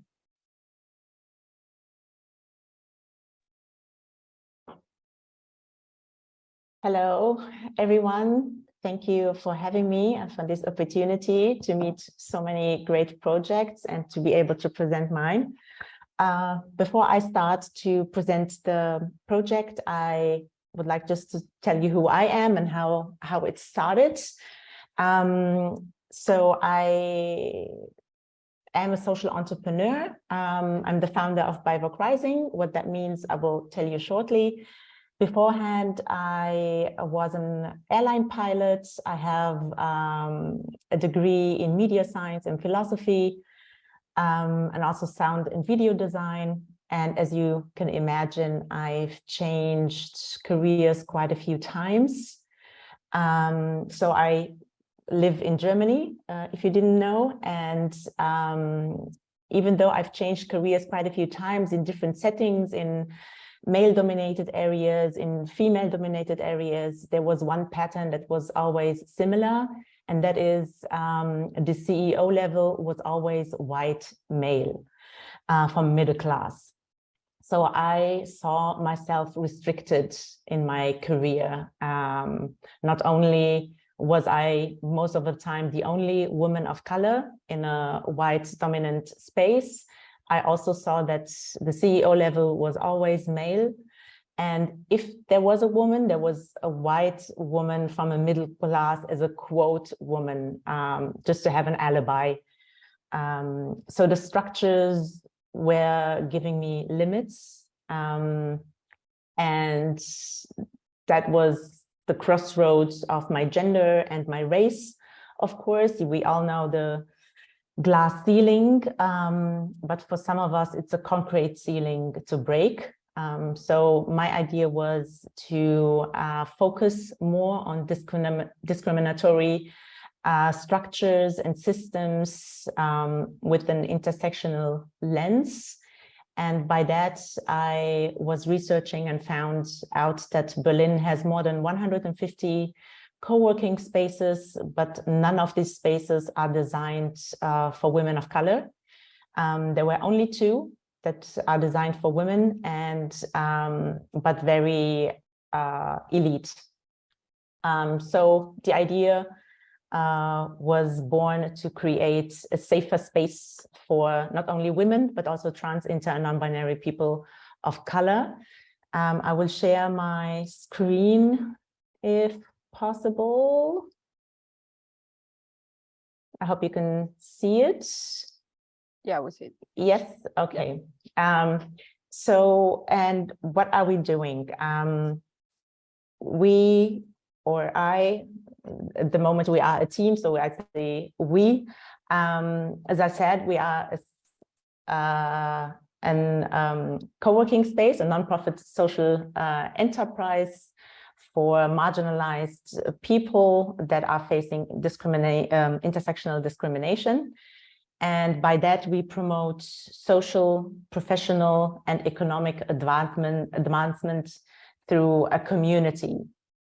That means we are creating an empowerment project that is not only a co-working, it is also free of charge or donation-based, because we are tackling classism as well. But we are creating a network that is more than just free desks. And this is exactly what we want. We want intersectionality, sustainability, and community, and not only having a workplace, which is, of course, very important to have a safer work environment. And how we do that, except from the space, it's empowerment projects, knowledge transfer, which is really important because a lot of marginalized people feel very isolated and alone in their experiences. Representation, which, as I mentioned before, is really a lack of representation, especially in higher hierarchies. Networking, mentoring, and with podcasts and videos, we are trying to bring this to a wider audience. And our vision, oops, that was one too many, is equity, authenticity, and commitment. We want to dismantle discriminatory systems in workplaces and in the labor market by being an example, of course, and by having partners, allyship, and cooperations, because we only believe we can do that when we grow, not only locally, but internationally, and when we are working through the same goals. So these are just our funders, but we would love to cooperate with more people. And you can, of course, contact us via our website or me directly at my email address. And I think I've exceeded the 5 minutes. Thank you. You're okay, Lubna. Thank you very much for your beautiful message. Thank you. Of your project too. And now it's time for Clara La Piedra, de Aula Magna. Hello. Can you hear me and see me, everyone? Okay, great. Thank you. I'll try to connect to share my screen with you, right? So that you can confirm we were like trying this afternoon. So hopefully, oops, where can I?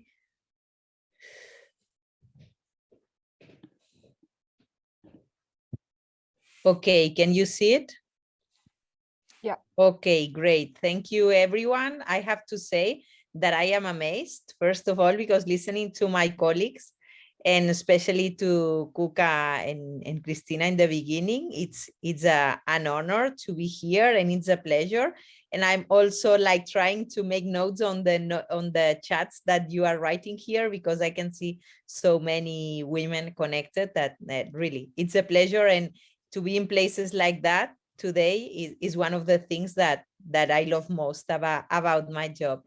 So I have been the woman sitting in minority in top business school, in the most renowned business school worldwide. And I have decided, because I see why there are so many women that can attend business school. I believe that business, well, education is, and especially executive education, is not a luxury, but it's a must. And according to Nelson Mandela, I also believe that education is the most powerful weapon to change everyone's life. So that's why I created the first women-centric business school, as you can see here. Because as I said, the pain is that actually is 3 out of 10 women participants are women in top business schools, as you can see here. So that's what I found out. And I saw that from my idea and my perspective, it's a very good moment to launch a 100% online business school, but which is interactive. I mean, it's not that we are recording and that's all. We offer also a networking with other participants and with professors. So as you can see, according to McKinsey, the online business school model is growing at a double digit of nearly 40%. We want to be a part of it. And we have found very few schools like targeting women, not to say the only one business school targeted to women. So that's my team here. We are all women. It's not that we are selecting, that's the most of our of the curriculums that we get, that are mainly women. And here are some of the advisors. I have to say we have more advisors, however, those are the most relevant ones, especially Anna Schlegel, who is based in Silicon Valley, and she has been named the most influential woman in technology in 2020 by Analytics Insight magazine. She has also been granted the Creu de Sant Jordi here by the Catalan government, which is like something that they really keep for very few people. Okay, that's, as we say, like our market size. We are offering 100% live programs, but we also in places where we cannot access that easily, or we can offer other kind of more specialized and shorter content focused to women. We want to increase our offering so that our current 100% will be just 20% in the last 2 years, not because it will be less, but because we will be increasing the huge the amount of offerings and hours offered. That's our client. Actually, it is real. Is Dr. Ana Maya Frey in the center, featuring what like our regular customer, who is someone who doesn't want to decide between being a professional or a mom or a student, because she wants it all and she doesn't want to reject any of her other scenes. The average is 17 years of work experience, and we are agnostic in terms of sector, because our programs, as we said, are in order to become a manager or top manager. So we have engineers, sales managers, people related with HR, and so. What we want to state is that 92% of the participants move within the first 6 months after being graduated. So that's a good figure really to us. It doesn't mean that she's leaving her company. Most of the times is that she's offering, and she is well, eager to offer herself to move forward in her company or elsewhere in other companies. We are currently offering a program which is in Spanish and also in English, which is called the Executive Development Program, named for managers, in which it's a reskilling of everything you need now in real life to work for current companies. And it's a 10-week length course that we dedicate on Fridays, right? And then you have on the one side the live connection with teachers and participants, but on the other side the access to the e-campus. And we'll be launching in 2023 sustainability and new economy models program, as well as disruptive technologies, and one of women's sports that it will be a joint venture with the most well-known associations of sports, international sports in the world. We found 3 pains in why there are no more women in business school. The first one is that they lack training and offers of training that can fit their work-family balance. The second one is the lack of confidence, and that's why we offer networking. And the other one is the lack of knowledge and other reference. That's why we make trend setting, not only with the programs, but also featuring our participants in our channels, social media channels, also in our own magazine called eWomen Times, and our podcast. So the key to our success is mainly we are satisfying the demanding market needs for international companies. We have a seal of excellence in everything we do. Actually, I am the proud ambassador by Stanford University in Barcelona and Madrid for a program in data. And also we have content by Harvard Business School. And the key to our success from the SDGs perspective is that we are approaching 4 of the 17 main SDGs. And we are, of course, customer centric. So that's a little of a feature between the Spanish market and with some competitors. And we are now also like in an investment round that I'm not going to go, but just like to name you that now we are just one small part of what we pretend to be in the next years. So that's how we have grown the first 2 columns in those first 2 years, and what we expect to be in 3 years. As we said, some of the qualitative achievements are the partnership with Stanford and with Harvard, which are number 1 and 2 top business school in the world, apart from being active in the most relevant chapters that there are, or exhibits or fairs in Barcelona, but also elsewhere. And some of the, well, we've been listed in Financial Times, and so those are just a small part of the companies that like the first companies that trusted us, not only for participants, but also for partnering with us in being sponsors of our conferences, of whatever. That's our roadmap. We are present. We have chapters, actually, 1 chapter in Europe, 1 chapter in Latin America, and 1 chapter which is international, mainly from the US, Canada, and United Kingdom, Ireland, but also like we have people from Turkey, from United Arab Emirates, Brazil, and some of the main places in which we want to be. And that's it. I mean, we are now looking for finance that I'm not going to go deep into that here, because that's not the case now.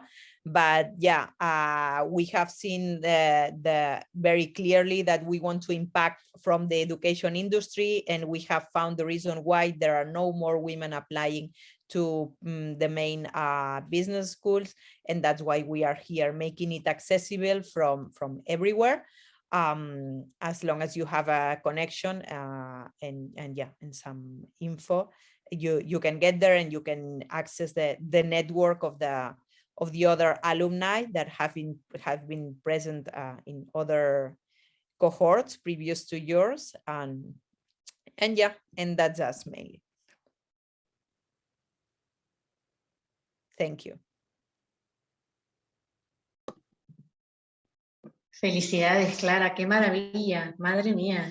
La verdad, la foto final pues lo dice todo, todas estas mujeres sonrientes. Muchísimas felicidades, de verdad. Ay, qué ilusión, muchas gracias. Qué bonito. Pues muchísimas felicidades de verdad a estas 4 heroicas, porque vamos, son unas luchadoras y tienen el futuro en sus manos. Muchísimas gracias. Tania, Cora, Lubna y Clara. Muchísimas gracias de verdad por haber participado y por inspirarnos a todas. Muchísimas gracias. Nosotros íbamos a hacer ahora un pequeño break, pero vamos a continuar con las sesiones porque las retransmisiones están siendo grabadas, así que preferimos pasar ahora a nuestro interesante taller del día, que es sobre Business Angels. El título es Haz que tu dinero importe, conviértete en un inversor, en un ángel inversor con solo 5.000 euros. Este taller estará impartido por la gran Anne Coquit, que es fundadora y CEO en The Guild, y también es inversora y asesora de varias startups y aceleradoras. Así que, go ahead, Anne. Thank you. Muchas gracias. My Spanish is not so great, so we're going to do this in English, but thank you so much. And I'm so excited about meeting you all and seeing the incredible women here who presented their projects. And, you know, I just spoke at Aula Magna and Judith invited me and I did a session. So I had no idea I would meet you again here. So thank you so much for having me. It's a great pleasure to be here. I would absolutely love to meet you all and try to understand who's in the room before we start this whole thing. So I'm going to go ahead and share my screen. And before we are going to jump right in, I want to ask who's in the room here today with me. Please tell me, are you an entrepreneur? Put 1. Are you an angel investor? Put 2. Or 3, are you interested in investing in startups, but you just kind of don't know much about it just yet? Okay, so I'd love to see those chat messages. Let's see how we can make that happen. Lots of chat messages coming in here. I am going to stop sharing just quickly to see what's happening. Oh, lots of entrepreneurs here. Wonderful. Some people interested in learning about angel investing. I am interested in meeting 2 and 3. Awesome. Wow. Okay, lots of entrepreneurs. So this is great because you know why this is great? Because I think when we're entrepreneurs and we're trying to connect with angel investors, the most important thing is actually to try to understand how angel investors think. And since we have so many angel investors here so many entrepreneurs here today, I will switch my content just a tiny little bit to give you more information about that, rather than showing you how you can jump in and starting to angel invest. I hope that works for everybody. Okay, all right. So I'm gonna go ahead and share my screen here again. Google Chrome, here we are. Oops. Give me 1 second here. All right. So the initial concept of this talk is how people can make their money matter. And, you know, I see a lot of people who actually have quite a bit of money and they put it under their mattress or they have it in a checking account, but they don't think that they can even start angel investing. And that hurts us as female entrepreneurs because there's a lot of money out there that we could get our hands on, but in fact, it's not accessible. Yeah. And so today I want to talk to you a little bit about how angel investors think, how they can start investing, what kind of different angel investors are out there. We're going to talk about how you get a hold of them as well, and how you need to present your ideas in order for them to say, hey, I want to learn more from you. Tell me more about your company. Let's have a conversation. Let's see if we can invest. Okay. All right. So my name is Anne Coquette. I'm the founder and CEO of The Guild. I've been around the block a few times with a few different crazy businesses in the consumer space and also in the AI tech space. I do angel invest a little bit, but I'm by no means the super angels that you see out there that are throwing around $100,000 checks. The Guild is a global community of female investors and entrepreneurs, and our goal is really to make that connection between entrepreneurs and angels and find those right matches so that you get that money and you also start to have a network of folks that can help you way beyond writing that check. I've been an advisor and a judge and a guest lecturer at a lot of different entrepreneurship communities and colleges as well. One of the big claims to fame is the Guild Academy. It's an 8-week program that I launched in 2019. And since then, I have run 10 cohorts with entrepreneurs from all over the world. And the idea of that program is to help you launch your business. Now, through that business, I got to know a lot of entrepreneurs. And at the end of it, I actually also wrote a book called Dare to Launch. So now that book is available on Amazon. I'm very glad that it actually has become an entrepreneurship bestseller in the startup and starting businesses category, which typically the business books that you see there are really just all written by guys, which is great and all, but our experiences are sometimes just very, very different than the ones of the Andreessen Horowitzes, who are kind of born into wealth and then start their companies. Okay, so I want to tell you one thing, right? Since we're talking about investing, angel investing and starting companies, it's high risk asset class and a high risk endeavor in general. We all know this, right? As if we invest in those companies, the money could go poof and we would never see it again. So that there's absolutely no guarantees that if you angel invest or if you take in angel investment, that there's any return on this at all. Yeah. And so I want to make sure you understand that, and you also understand that I'm not a financial advisor. I have to say that just from a US regulatory perspective, so that you always go and talk to financial experts before you start putting money anywhere. Okay. So if we're talking about investing, and if you're thinking about who should I ask for money, we should always think about how much can we invest. A typical angel investor in the United States invests around $25,000 per check in the early stage startup. Okay, so if you're trying to raise $2 million in the United States, you need a lot of those angel investors to come together, or a few people who put in more in order for you to fill that round. But angel investing can also start way earlier with way less money. Okay. And so I want to talk to you today also how you can get that money from investors who are not those rich people that come to mind, but that also want to support you and want to start investing in your company. So as a rule of thumb, we say in the investment industry, the maximum amount of your net worth that you should invest in companies is 5%.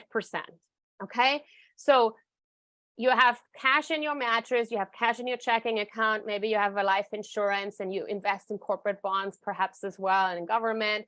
And then we look at real estate, mutual funds, index funds. They're already way more high risk than your money in your mattress, obviously. And then at the end, what we say is 5% of the net worth that you have should go into startups, penny stocks, art, and crypto. And all this is one high risk asset class if you want to look at it.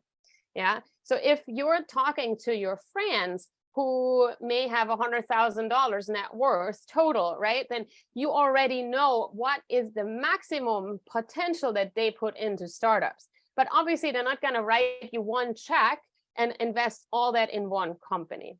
Yeah. So I think that's really important to understand. And now if you wanted to go to your partner and say, hey, I want to start angel investing, or you want to go to a financial advisor, you should always keep that in mind, because that 5% is really what you should be able to lose and not fret over it and not be painful for you. Okay. So what does that look like? So if your net worth is $10,000, you can invest $500 in startups and crypto and art, whatever. But if you wanted to just do startups, it would be $500. If your net worth is $100,000, it would be $5,000. Yeah. But we also want to diversify. And that's how angel investors think. They think, okay, any which deal could go totally, tank and never to return anything. So I need to invest in at least 10 to 12 deals in order for me to have a chance that one of these returns a lot of money to me. That's why this money, the 5% of your net worth as an angel investor needs to be distributed across 10 to 12 deals. But then we also want to take some and keep it back, because now if we invested in those 10 deals, maybe we see a few are actually going to do well, and then we want to double down on it. Yeah, we don't want to just put all our chips on the table in the beginning. We want to keep some back and then double down on it. And you know, there's different philosophies how much you keep back, but 50 to 100% are sometimes reserved for follow-on investment in later stages of the company, so that basically you double down on the winners. Yeah, so that's the general principle to give you an idea of how angel investors think. Now, of course, there's also angel investors that invest 25% of their net worth in startups, but those angel investors are typically multimillionaires. Okay, their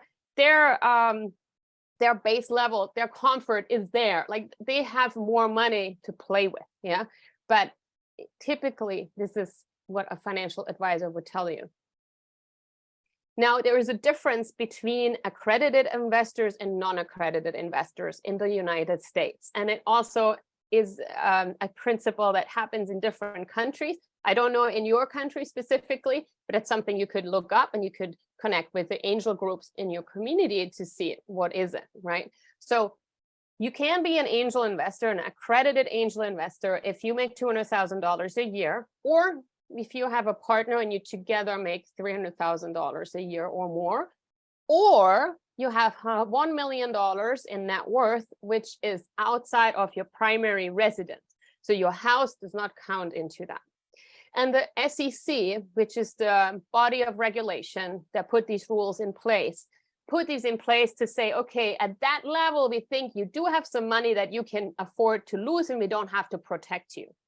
But you know, in the United States, you can go in a casino and you can gamble away all your money. So that is why there was a regulation in 2012, actually, which then came into effect in 2016, where anyone, not just accredited investors, can invest through equity crowdfunding platforms.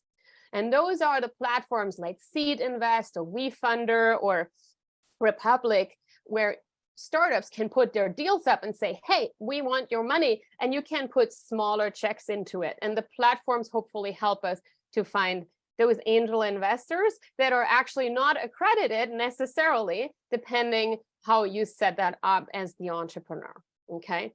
But I want to make sure you understand one thing. Like, when we talk crowdfunding, a lot of people think, oh, Kickstarter. Yeah, I invest $200 and in 2 years from now I get some cooler or a cool kitchen gadget. Yeah, that's not what we're talking about here. What you do when you do equity crowdfunding, you invest in the company, and then you have a share of equity in the company that makes the cooler. So now if they're doing really well and they're selling tons of coolers, now you have a portion of that company, and you need to wait until that company gets sold, or that company goes public, or that company merges with another company, which means there's an exit, and then you can get your money back. Yeah, an average that takes 8 years. So during those 8 years, you see nothing of this money, no dividends, no nothing, totally illiquid. Yeah, so the failure rate of this is really high. So that's what we need to keep in mind, right? To on the entrepreneurship side, to convince the investor that we're the ones that are going to win, and on the angel investor side, that we have to diversify and invest in a lot of different companies so that our chances go up for us to return our money, hopefully with some positive return, and not just get the money back, right? Otherwise, I could have left it in my mattress. So here is just an example of 3 different people and how much money they would have to invest in startups. And we should always ask, like, can we afford to lose this before we invest? Yeah. And this, again, this is how you should think as an angel investor, but it's also for you as an entrepreneur to understand, hey, how do angel investors think? And why are sometimes the checks so small when we go to friends and family? Yeah. Okay. So the other thing is the thesis. Now that you know how much you should invest or can invest or want to invest, the question is, what do you want to invest it in? Yeah.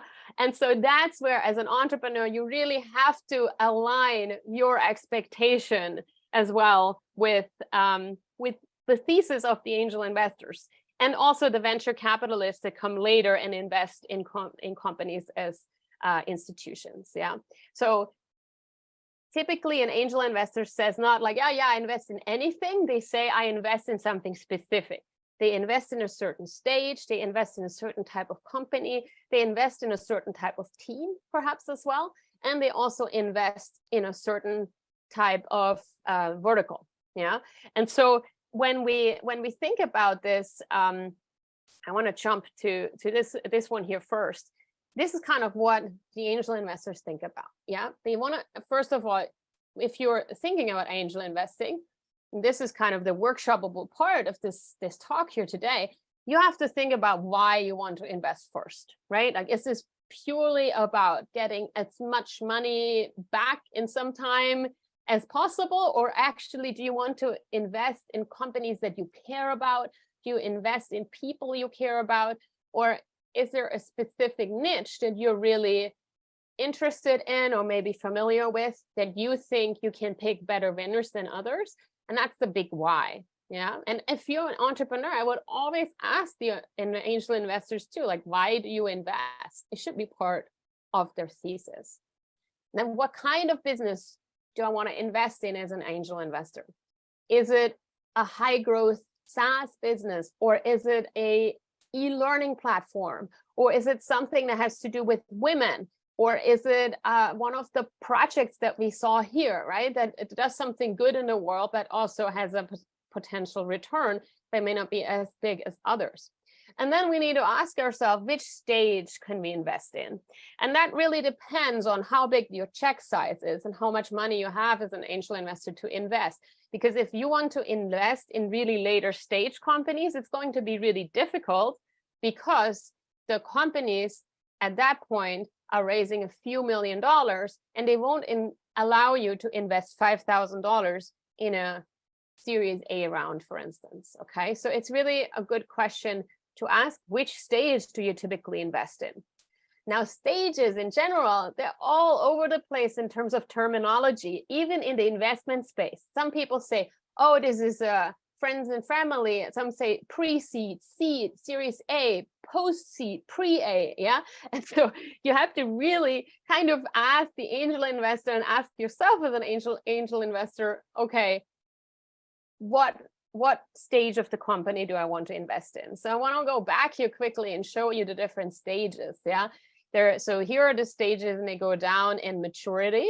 Yeah, so at the beginning, we all have an idea. We want to start something. So we're doing market analysis, we talk to people, and we usually bootstrap this, and we may put a little bit of our own money into those. And then, we ask our friends and family typically, hey, what's going on? Would you like to invest in this idea?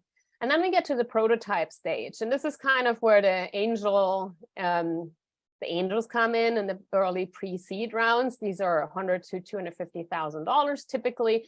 And this is where we have a prototype that we typically have available, that we built with some tools that are already available. We don't code anything here yet. And we try to find advisors and co-founders. So that's the prototyping stage. And then we get to the first customers, right? Like, okay, now we test the business model, we see if we can make our first sales, and we can see if there's anybody who's willing to pay for that, is willing to stay on the platform, and is not gonna churn and actually return to us as a customer. Yeah, and those are all the phases where angel investors can come in. And when it gets later on, so the seed and Series A round, it gets harder for angel investors to invest in because the ticket sizes get higher. And this is where the institutional investors come in, the VCs, etc. Okay. All right. So we talked about the stage, and now the question is industry specific. Some angel investors invest in all kinds of industries. I do. I like certain industries better than others. But there's also angel investors that just invest in biotech or just invest in fintech. Yeah, so that's something always to ask, because you're going to waste your and their time if it's not aligned. And then the question here also is, are there other metrics than return on investment, ROI? Yeah, are there other metrics? I don't know. Maybe it's important for somebody to invest in decarbonization of the planet. And then a few more questions to absolutely really ask is, how many investments do I want to make? How much do I want to invest in each startup? What's my time expectation on a return? And what kind of an ROI do I expect on my investments? Do I want this to be a 10x, a 100x, or a 2x return? Yeah, and because angel investors ask themselves those questions before they start angel investing, typically, you as the entrepreneur can also go in and say, hey, you know, how many investments do you make a year?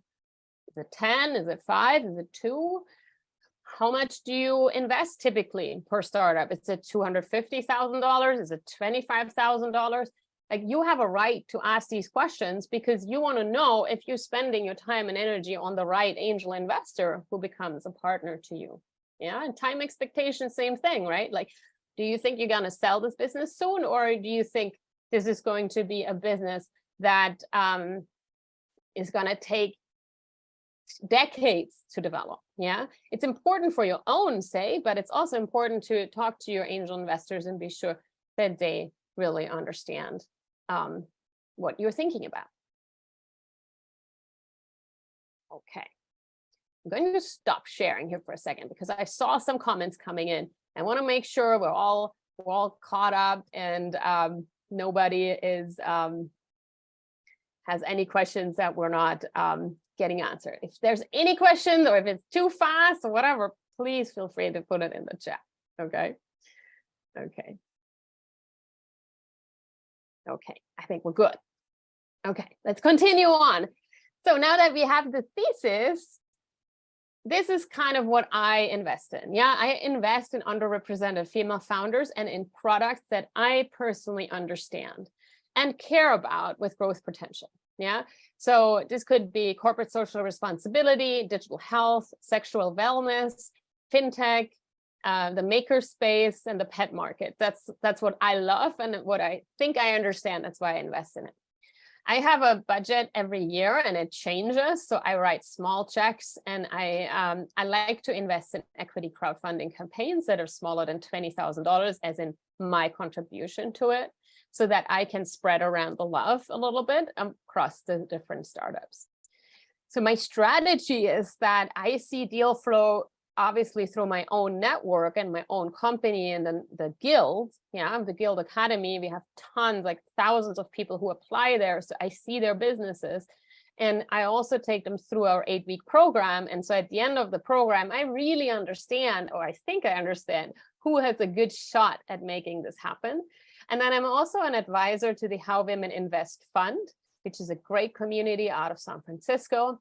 I keep up to date on things like Crunchbase. Strictly VC is a great newsletter if you want to see who gets funding these days.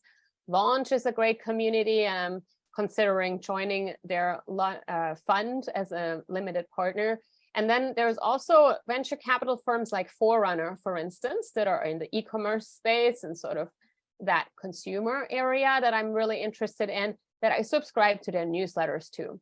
And that's a good trick to understand the market and to understand trends, to subscribe to those kinds of newsletters from those kinds of companies. And then you should think about your involvement as an angel investor as well. And as an entrepreneur, you should think about this too. Do you want that person to be active in your startup, or do you just want to take the check and run and never see them again? And that should be part of their conversation with them, because I like to get involved on a strategic level. I join a board meeting every other month with the startups. And then sometimes I get really involved on the fundraising side of things when it comes to Series A. And then I sometimes even get involved on a retainer level and then do their fundraise with them. Okay, so that's who I am and what I do. But a lot of angels are very, very different, right? So there's not one size fits all. And then the big question is, well, how do I start investing and which platforms are out there? And this is on the flip side for the entrepreneurs here, a question. How do I advertise my deal, right? Do I have a network of people who I think would write checks, or do I in fact need to go out and tap into a resource and a platform that can help us with the fundraise? So a typical VC, venture capitalist, sees about 1,000 to 2,000 deals a year, and they make 10 investments. So their chance of hitting a good one is probably higher than when you're an angel on your own and you can only review maybe 100 deals a year, because that's a lot of work on your own time, and you only make 10 investments then. And that's why angel investors can join together and also join angel groups to then make investments together, so that basically you can review more deals, you can have more deal flow to then invest. So different ways you can do that. You can join an angel group, you can join a syndicate, or you can become a limited partner in a micro fund. There's a great list, and here's the link. So if you go to letscale.com/investor-list, you can download a list of angel investors and small pre-seed funds that focus on female investors, mostly in the United States right now, but also a few others. And then if you go to the tab that has other networks on it, you can scroll down and you can see network of women investors. And there's a ton of them in here that you can discover and explore and see if in fact there is some companies in here that you would like to join as an angel to invest with them. Okay. So we asked in the beginning, $5,000 you might have as part of your investment strategy. How do you start investing those? So I say to you, look, if you wanted to start to dabble and to put some money into entrepreneurs, what you could do, you could go on a platform like vFunder. You could look for the deals that are accessible to you, meaning there's accredited investor deals and non-accredited investor deals. If you're not accredited, no worries. There's a lot of deals on there too, also for non-accredited investors. And then you take $500 in 10 investments and put those in there. And then what you do is you start to write about it. You start to write and say, I invested in X company because blah, blah, blah, blah, blah, blah, blah. Yeah. You put that out on LinkedIn, you make a blog post.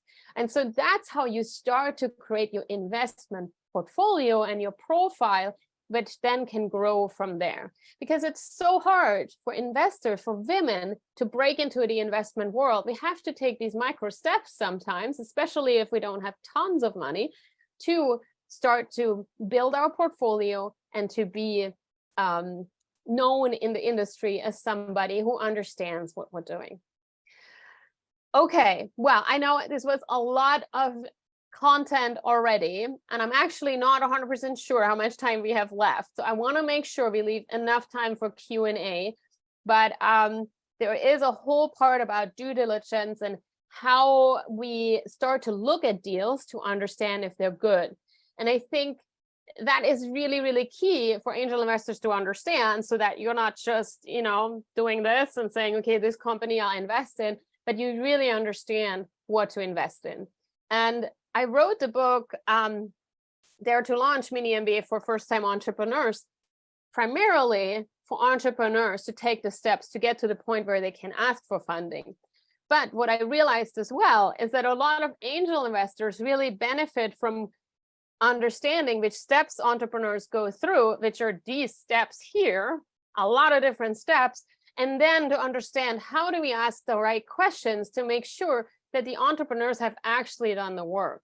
And that is kind of, in a nutshell, what due diligence is. And it always starts with the pitch, which there's a lot of entrepreneurs here, right? So you understand what a pitch is.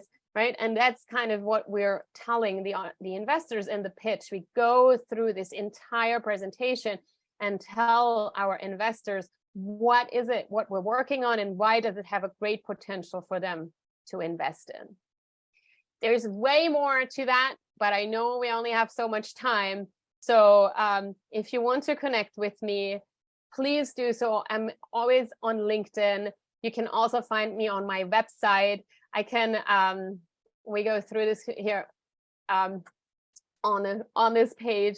You can see how you can find me, how you can email me. And of course, you're all invited to join the guild at letscale.com. It's free to join us on the platform and to start to invest with other angels, but also to ask for investments and to learn how to pitch for investments from angel investors. So with that, I'm going to stop and see if anybody has any questions that we can still answer. And please, team, also let me know if we're at time or we still have a few minutes.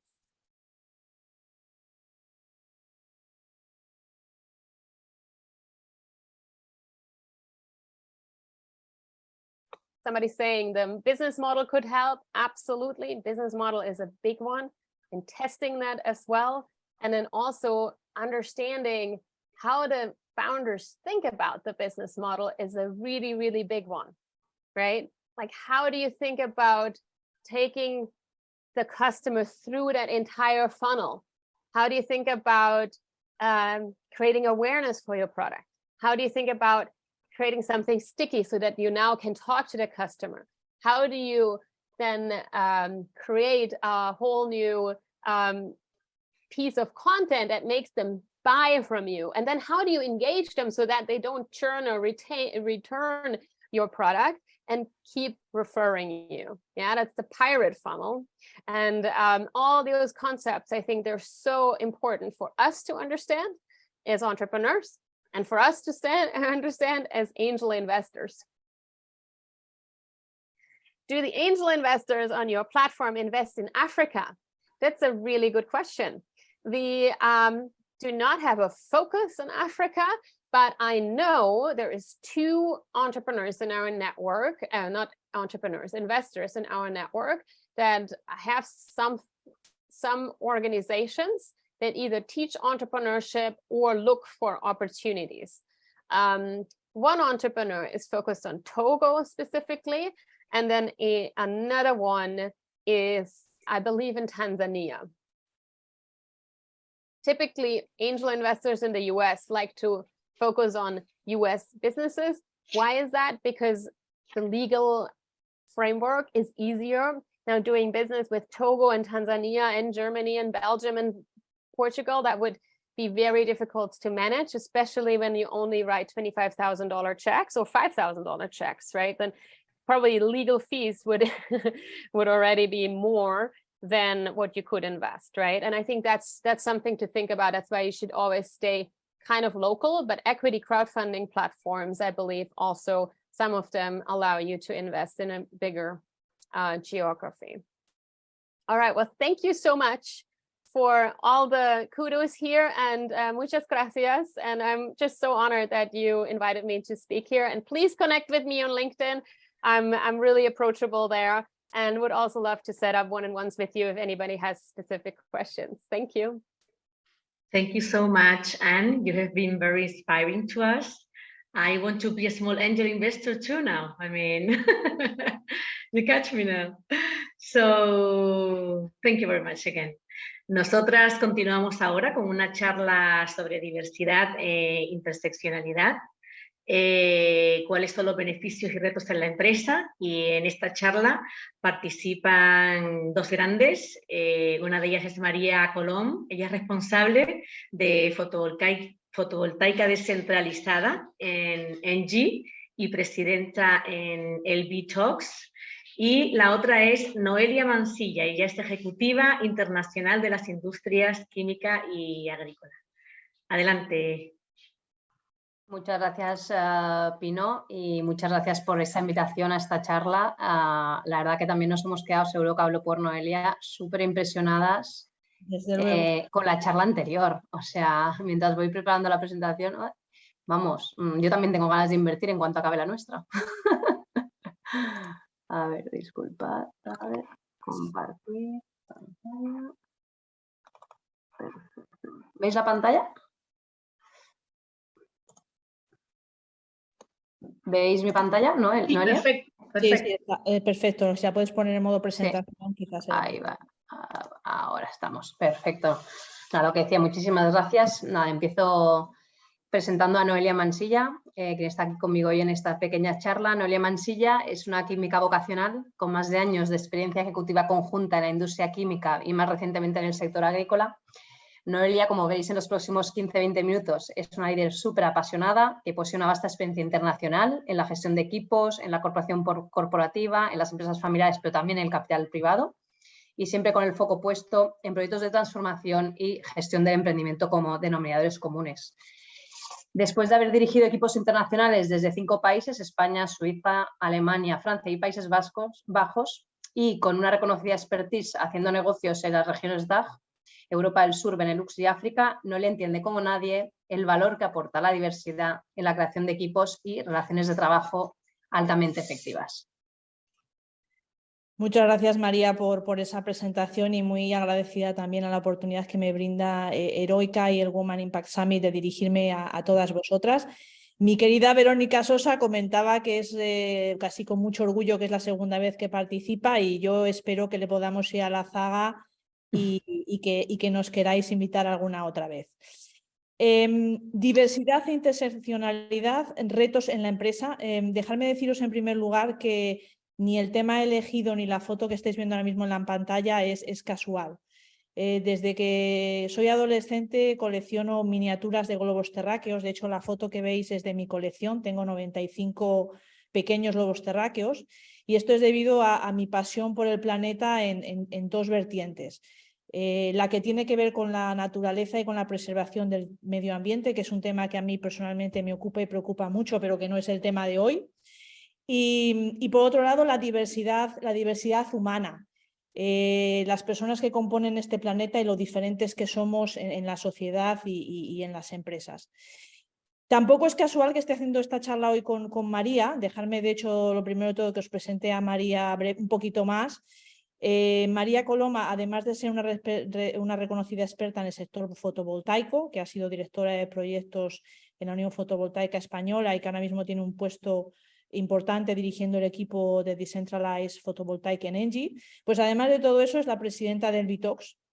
Y el Bitox es una asociación sin ánimo de lucro a la que las dos pertenecemos y que trabaja básicamente para el desarrollo personal y profesional de lesbianas y bisexuales en España, promoviendo fundamentalmente la visibilidad. Y decía que no es casual por eso que estemos aquí juntas, porque la asociación me ha dado la oportunidad de posicionar esta discusión sobre diversidad e interseccionalidad básicamente a 2 niveles. El primero de ellos, porque nuestro propio grupo, el grupo de lesbianas y bisexuales, es tremendamente heterogéneo y diverso. Y en segundo lugar, y esto es algo que me obsesiona un poco, si me permitís incluso usar la excepción, si simplificamos todo y no ahondamos en las diferentes dimensiones de la diversidad que todos y cada uno acarreamos en nuestras mochilas, pues corremos el riesgo de reproducir patrones de discriminación. Y esto es algo que, como os repito, me obsesiona y que quiero que evitemos a toda costa. Fantástico, Noelia, qué buena eres presentando. Nada, tengo 6 preguntas para ti. La primera es, ¿qué significa el concepto de interseccionalidad y qué visibiliza? El concepto de interseccionalidad básicamente describe el hecho de que todos estamos hechos de diferentes dimensiones que no pueden ser disociadas, o dicho de otra manera, que no se pueden separar. Y en la intersección de estas dimensiones es donde o bien puede haber discriminación o se pueden generar oportunidades para crear inclusión. Pero lo más importante, y esto lo quiero repetir y recalcar, es que estas dimensiones no se pueden tratar individualmente, sino que todas se intercruzan. Y os puedo dar un ejemplo concreto para que todas lo entendamos. Si una mujer musulmana que lleva un hijab y que tiene una discapacidad auditiva es discriminada en su puesto de trabajo, es imposible separar la dimensión mujer de su identidad como musulmana y del hecho de que es discapacitada para determinar una única causa por la que es discriminada. Pero es que además no es necesario, es decir, la causa es la intersección de todas estas dimensiones, básicamente. Estáis viendo una foto y he intentado para explicarlo un poquito mejor utilizar la analogía que Kimberly Crenshaw usó en 1989. La interseccionalidad es como el tráfico de coches en un cruce de 4 carreteras como estáis viendo. La discriminación o la inclusión, porque yo siempre quiero pensar en positivo, es como el tráfico y puede fluir en diferentes direcciones. Si hay un accidente en la intersección, pues puede estar causado por una dirección o puede ser causado por varias direcciones y en ocasiones incluso por el cruce de todas ellas. Por cierto, déjame decir, María, que para todas las oyentes que Kimberly Crenshaw, y es un nombre muy importante, es la mujer que acuñó el término interseccionalidad en el año 1989. Noelia, y esa multidimensionalidad de la que nos hablas, ¿cómo se plasma en la empresa? Os he puesto esta foto de los icebergs porque desde que leí un artículo hace algunos años, pues tiendo a visualizarnos a todos nosotros y también en mis equipos, pues tiendo a visualizarnos como icebergs. Y es una visualización que va muy bien tanto en la empresa como en la sociedad. Todos somos un iceberg con una punta visible, que es lo que vemos de todos nosotros, nuestra raza, el sexo, la edad, las discapacidades, aunque también aprovecho para recordarnos a todos que no todas las discapacidades son visibles. Y en esa punta visible lo que tenemos que tener todas claro es que el principio que rige nuestras actitudes frente a eso que se ve son básicamente los estereotipos y los sesgos inconscientes que todos y cada uno de nosotros tenemos, y que de eso tenemos que asumirlo muy, muy claramente. Pero ¿cuál es el impacto de esa parte del iceberg, de la parte visible a nivel empresa? Pues me gustaría poneros dos ejemplos. Esas diferencias visibles de las que estoy hablando, afortunadamente, se pueden legislar y se legislan. Y por eso la mayoría de las empresas hoy en día tienen códigos de conducta donde se recogen la igualdad de derechos y de oportunidades, que es algo que está reconocido universalmente. Pero otro ejemplo que quizás os suene muchísimo son los famosos procesos de selección a ciegas, que gracias a Dios se están imponiendo más y más, aunque la historia o el potencial de estos procesos, pues la verdad es que es conocido desde hace muchos años. No sé si os suena, pero quiero poner este ejemplo porque es bastante, a mi modo de ver, bastante relevante. Desde los años 70, las audiciones de las orquestas en Estados Unidos se hacen a ciegas, ¿no? Y se comenzaron a hacer a ciegas para luchar contra los estereotipos de género y para garantizar la oportunidad de oportunidades. Y sorpresa, sorpresa, desde que se empezaban a hacer a ciegas, se vio que las mujeres accedían a puestos, empezaron a acceder a puestos 5 veces más rápido que de lo que sucedía anteriormente. Volviendo al iceberg, el iceberg tiene también una parte invisible, y esas múltiples dimensiones de diversidad no visible, que son las que estáis viendo en el gráfico, es lo que yo llamo bagaje personal o cultura personal, y eso conforma lo que todos y cada uno somos y define cómo actuamos dentro y fuera del trabajo. Pero a nivel empresa, cuando yo estoy con mi equipo, me gusta llamar a esa parte del iceberg que no vemos la riqueza o la diversidad de capital humano, porque incluye no solamente las aptitudes y las actitudes con las que todos nacemos, sino experiencias y valores que adquirimos a lo largo del camino, como nuestra educación, las ciudades en las que hemos vivido, la familia de la que provenimos, la religión que tenemos. Y por muy paradigmático que esto pueda resultar, esas dimensiones no visibles son las que tienen un mayor impacto en la empresa, por la sencilla razón de que se pueden gestionar. Y esas son buenas noticias y malas noticias, porque se pueden gestionar, pero hay que gestionarlas. Y si no se gestionan, pues podemos tener impactos en la empresa, como por ejemplo la generación de frustración y de conflicto, porque la gente sencillamente no se siente escuchada e incluida en las discusiones. O también otro efecto muy, muy caracterizado y además que también se ha medido, se reduce significativamente la innovación y la creatividad por la sencilla razón de que la gente que puede aportar puntos de vista diferentes pues no está por la labor, así de claro. Y en tu opinión, Noelia, ¿cuáles son los retos que se plantean para que esa riqueza de capital humano a la que te has referido florezca? Pues quiero volver a lo que os acabo de contar del iceberg, en el sentido que la parte visible, como ya hemos quedado, se puede legislar, y por eso en las empresas como managers podemos decidirnos ahí por un approach puramente transaccional y dejar que se ocupe el departamento de recursos humanos, que es lo que tradicionalmente ocurre. Pero como os acabo de decir, las diferencias invisibles, estas hay que gestionarlas, hay que como managers y como líderes, a mí me gusta usar esta expresión, hay que bajar al barro. O sea, hay que implicarse y hay que tener un interés genuino por las personas que están en nuestro equipo.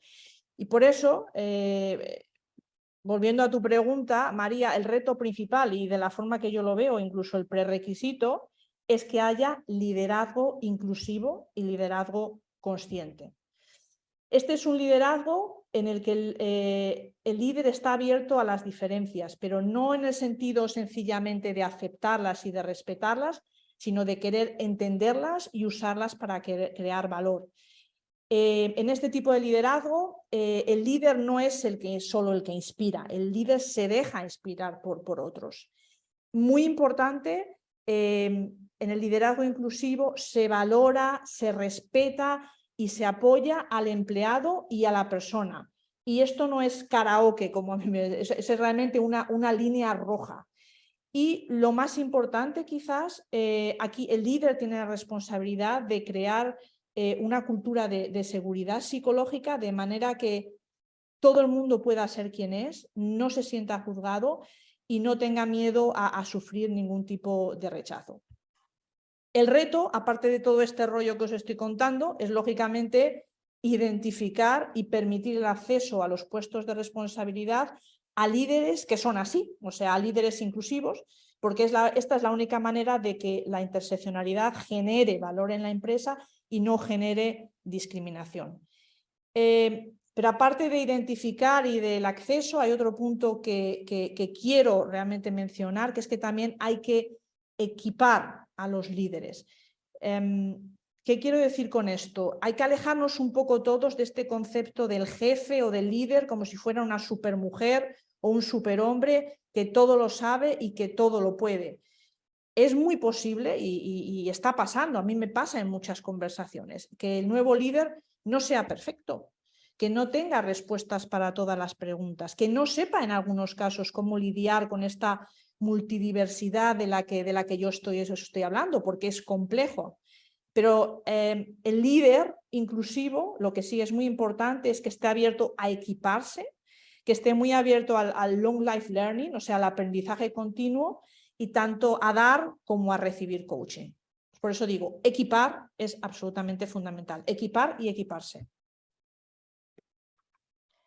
Justamente hoy en Engie nos presentaban el plan de diversidad que lo lidera Renata Espada desde Francia, y nos decía, y me ha encantado esa frase, diversity is a fact, inclusion is a choice. Noelia, ¿algunos tips que nos puedas compartir sobre cómo ser esa líder inclusiva que comentas? Pues los tips que veis ahí, de pequeño decálogo de acciones, que en modesta opinión son los que acompañan al líder inclusivo que tiene que generar esta interseccionalidad. No tenemos tiempo de andar en todas ellas, compuesto que este tema me apasiona. A cualquier persona que nos esté escuchando y que tenga interés, a vuestra disposición para seguir charlando sobre el tema y para cualquier pregunta, pero me gustaría destacar tres, si me lo permitís. El primero, justamente el primero que tenéis, el de ser empresa. ¿Qué quiere decir esto? El enganching total, ¿no?, del líder inclusivo. El líder es el que tiene que estar más alineado de todos los empleados con la cultura de empresa y el que tiene que representar los valores de la organización como si fueran suyos propios. Idealmente son los suyos propios, pero si no lo son, lo tiene que parecer. Porque si las pasiones y las palabras del líder expresan algo diferente a lo que se predica, a lo que intentamos transmitir, entonces tenemos un problema súper gordo. También me gustaría destacar el punto número 8, el feedback, el famoso feedback, que es también muy, muy importante. Tenemos que proactivamente reconocer el esfuerzo de nuestros equipos, el buen trabajo y comunicarlo, y lo mismo cuando el desempeño no es el esperado. O sea, en otras palabras, Lo que se espera como nosotros, como líderes inclusivos, es dar feedback positivo y negativo y también recibirlo en todo momento. Y también me gustaría destacar la curiosidad y la adaptabilidad. Un líder inclusivo ha de cuestionar en todo momento el status quo, eso es una realidad. Ha de tener curiosidad por lo nuevo, ha de tener curiosidad por las personas y tiene que tener flexibilidad para adaptarse a situaciones nuevas que le marque el entorno. Y en estos momentos, pues creo que eso nos suena absolutamente a todas nosotras. ¿Hay algún otro reto en la gestión de esa diversidad con multitud de dimensiones de la que llevamos hablando desde el principio? Sí, un reto muy importante, chicas, mi slide favorita, la del avestruz. Si de verdad aspiramos a formar parte de entornos profesionales donde la diversidad en todas las dimensiones cree valor, no vale solo con celebrar las diferencias y decir que inclusivos somos y tolerarlas. Hay que, lo hago además así para que me veáis físicamente, hay que echárselas encima, si me permitís la expresión, hay que discutirlas. Y esto supone pues, hacer justamente lo contrario que hace el avestruz, es decir, no meter la cabeza debajo de la arena, sino tener en todo momento las conversaciones difíciles, tener el valor de expresar puntos de vista diferentes y gestionar el conflicto cuando se produzca, porque la vida es conflicto, el conflicto es algo que es inherente a la vida. Para que esto suceda, si miro al líder inclusivo, hay algo muy importante que he mencionado antes. El líder tiene que generar el entorno de confianza y de seguridad psicológica para que nadie tenga el miedo de dar ese paso de tener las conversaciones difíciles. Pero cuando eso ya se da, el resto depende de todos nosotros a nivel individual. Y aquí quiero hacer un inciso porque creo que todas somos conscientes. Los entornos en los que operamos son cada vez más complejos, más colaborativos. Entonces, el no ser un avestruz ya no es más una opción, es una necesidad.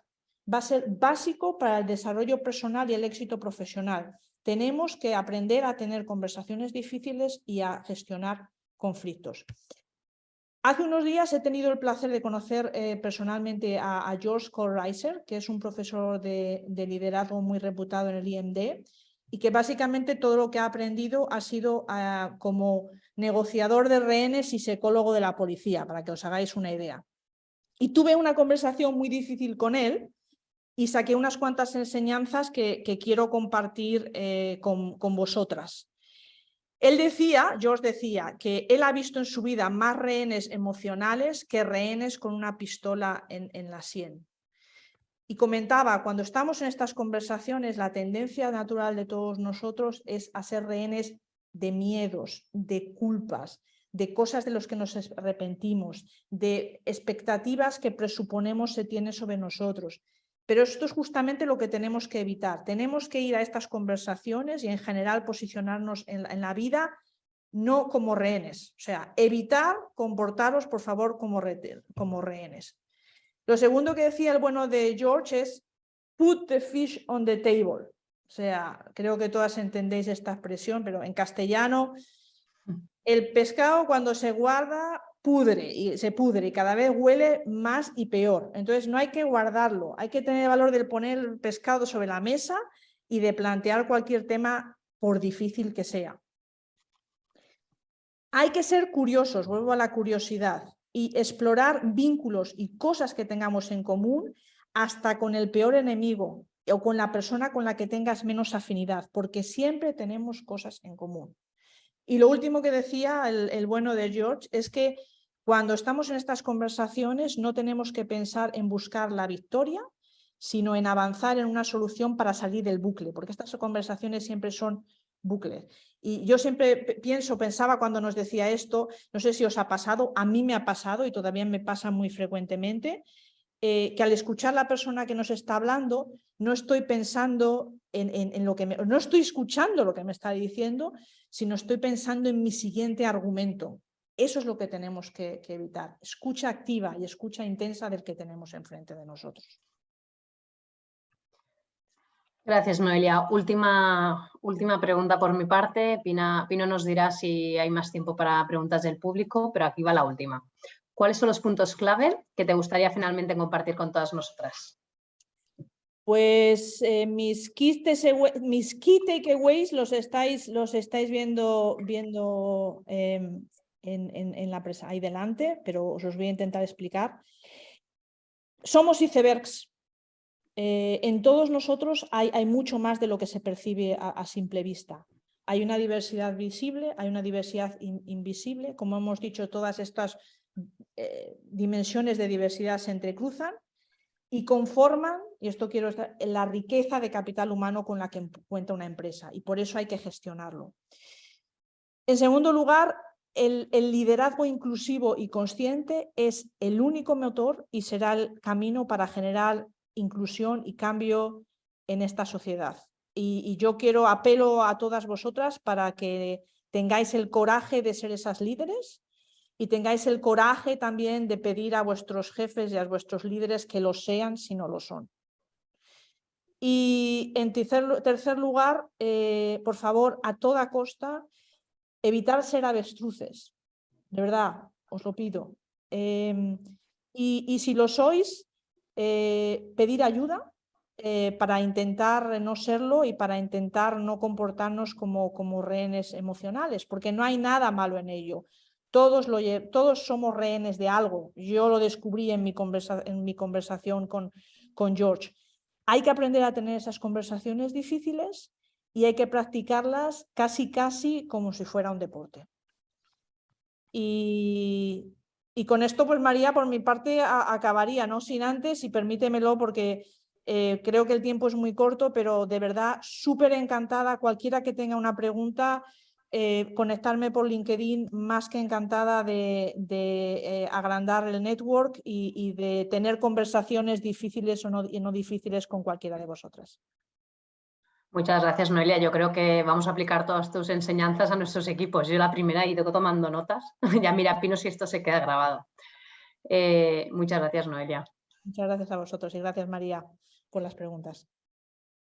Sí, muchísimas gracias, María y Noelia, por esta interesante charla. Efectivamente, Noelia, vamos a dejar de ser rehenes emocionales. Yo la primera, yo creo que todas somos un poquito rehenes emocionales y este tipo de charlas pues nos ayudan a darnos cuenta y pues a sacar la cabeza de la arena en ciertos aspectos que tenemos todas y no volver a ser nunca más avestruces y poder crear a nuestro alrededor pues entornos de confianza y de seguridad. Esto es muy importante, un mensaje muy importante para las adolescentes, sobre todo, porque nosotros que ya estamos en la madurez, pues bueno, gracias a Dios tenemos como esa seguridad más presente, pero la gente joven pues sí necesita este tipo de charla que ayuda tanto. Así que muchísimas gracias por vuestra participación hoy. Y ahora, bueno, pues me alegra poder presentar en la siguiente sesión a las seleccionadas como mejores iniciativas de la Academy for Women Entrepreneurs de Europa. Ellas son Grace, Tina, Clara, Agnieszka y Dragana. Quiero compartir que yo fui una de las implementadoras del programa AWE en Canarias y en la actualidad estamos también implementándolo en Cuba con la Asociación Heroikka. Quien va a presentar a las seleccionadas es nada más y nada menos que Marianne Robinson, del Departamento de Estado. Hi, Marianne. Ella es gerente senior de programas y específicamente del Academy for Women Entrepreneurs. Así que, thanks, Marianne, for being here. And go ahead, they are all yours. Hi, Pino. Thank you so much for having me today. Hopefully everyone can hear me, and I'll go ahead and share screen very quickly. Great. All right, everyone. Thank you again for having me here today. My name is Marianne Robinson. I am part of the team at the Bureau of Educational and Cultural Affairs at the U.S. Department of State. Our team implements the Academy for Women Entrepreneurs around the world, which is a U.S. government-led women's empowerment program that gives women entrepreneurs the knowledge, networks, and access that they need to start or scale a business. We launched AWE, as we call it, AWE, or AWE in Spanish, as a pilot project in 2019 And since then, it has quadrupled in size from 26 countries to now 100 countries around the world in 2022. When you think about it, this growth is significant because it happened during COVID. So at a time when the world was going through a massive economic downturn, this US government program was stepping up to help women cope with the shocks and changes of running a business during the pandemic. So we think of this growth as a testament to the strength and resilience of the AWE program. But what is AWE? It is a 3-month crash course in business for women to learn hard skill sets such as marketing, finance, and strategic planning. It uses an online platform called Dream Builder, which was created by Arizona State University and Freeport McMoran Foundation. And it includes mentoring and networking with business leaders and local experts in each country. What makes this program really strong is that in the classroom, women are constantly networking and also learning skills like public speaking and business pitching, skills that can help them land seed funding and investment capital. What really gets us excited about the AWE program is that it promotes business growth, and we have the data to prove it. We surveyed more than 1,000 AWE graduates in 2021. 3/4 of them said that their business grew after completing the program, and nearly 1/3 said that they hired more people. So these are very clear, measurable gains in income generation and job creation, all at the height of the pandemic. At its heart, AWE is an empowerment program. It empowers women with the skills that they need to become stronger decision makers and strategic planners. So women who are confident and are better at selling themselves along with their businesses. These are the skills that have helped them adapt to the economic shocks of COVID and create jobs and wealth in their communities in 100 countries around the world. So what it comes down to is strength in numbers. We think that the women are more powerful when they come together and interact with other women entrepreneurs who have maybe the same fears, the same dreams, or the same ambitions. And if there's one thing that we hear over and over again, it's that our women draw strength and courage from each other. And a lot of them adapt this attitude of, if she can do it, I can do it too. But you don't need to hear this from me. I'll stop sharing my screen now. Let's hear from some of our awesome alumni from the program in Europe who are joining me here today. So these women are rock stars in their home countries and were nominated by the respective US embassy in their country. So we're so excited to have them here today. We'll start with Grace Aikian from Iceland. She is the founder and CEO of Gracelandic, a sustainable and ethical women's clothing brand built with slow fashion principles. Well, hello everyone. I'm so excited to be here. My name's Grace Aikian. I'm located in Reykjavik, Iceland.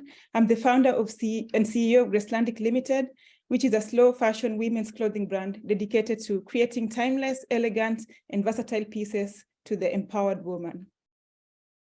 Gracelandic's mission is to approach fashion in an ethical and transparent way that considers both people and the planet. Sustainability to us means generating value in 3 dimensions in which people, planet, and profits are equally fundamental to business success.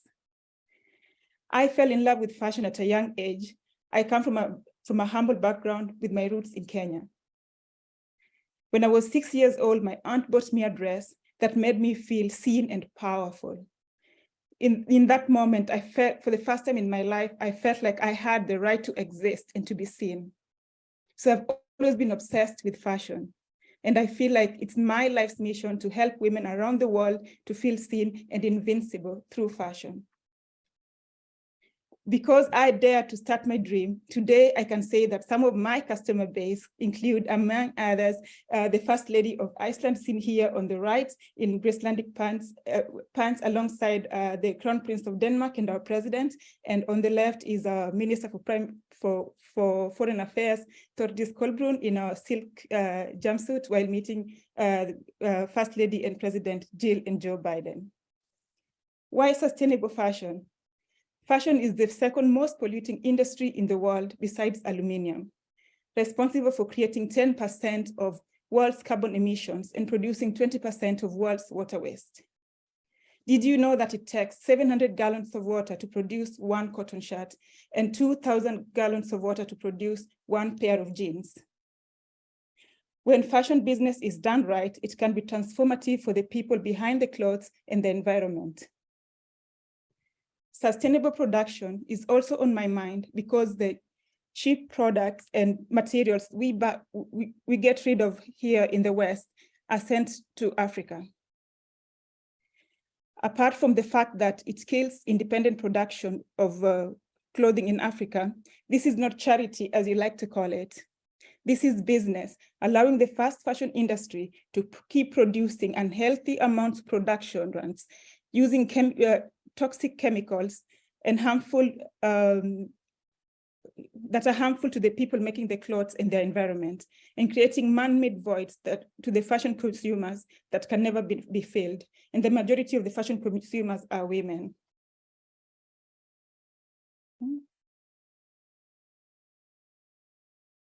10% of these clothes that are sent to Africa are sold, and the rest end up in the landfills.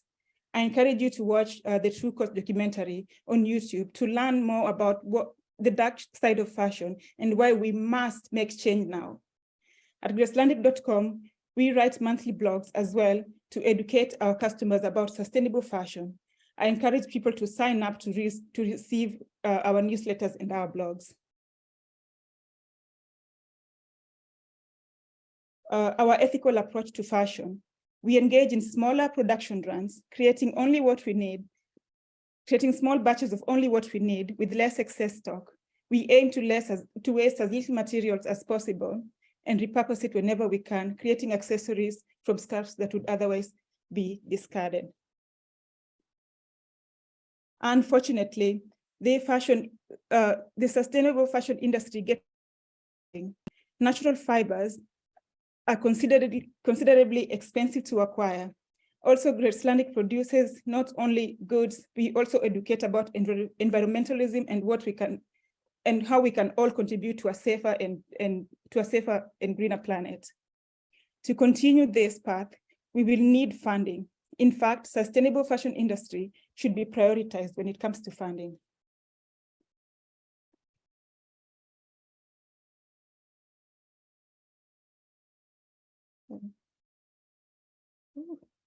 Wonderful. Thank you so much, Grace. Are you finished? No, just a second. As a young company in a highly competitive industry, I just lost my. That's okay. Yeah, as a young company in a highly competitive fashion industry, dealing with high product development, manufacturing, and logistic costs, Gracelandic Limited is confronted with a large quantity of relevant risks. With funding in place and with expanding business relationships, the company will be able to identify the best priced raw materials, suppliers, and recruit other partners involved with the realization of the business goal. The management of the company will be able to keep a reasonable degree of financial flexibility to deal with negative impacts from the overall economy. Thank you so much, AW, for this opportunity and for supporting women to acquire knowledge to launch and scale our businesses. That's all. Thank you. Wonderful. Thank you so much, Grace. And I'm sure it would be great if you could pop the link to your website into the chat. I'm sure others would like to take a look. Beautiful designs. Next, we have Tina Markun from Slovenia. Tina is the founder of KonMari Consultancy, which specializes in professional home organizing.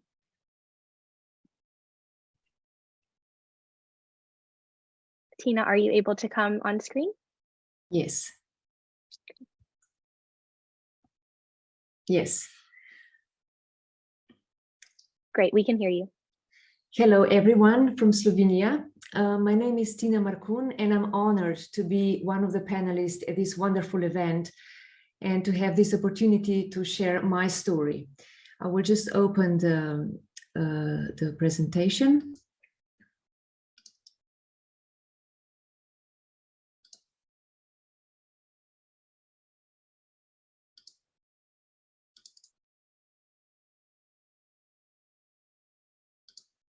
Do you see my presentation?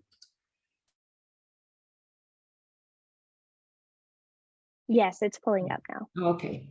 So my story is like this. I will continue a little bit what Grace started. Also, it connects with very much with Grace. So I graduated from French language and journalism, and I started my working experience as translator, journalist, and French teacher. And then I was employed for 20 years in public sector, in public relations.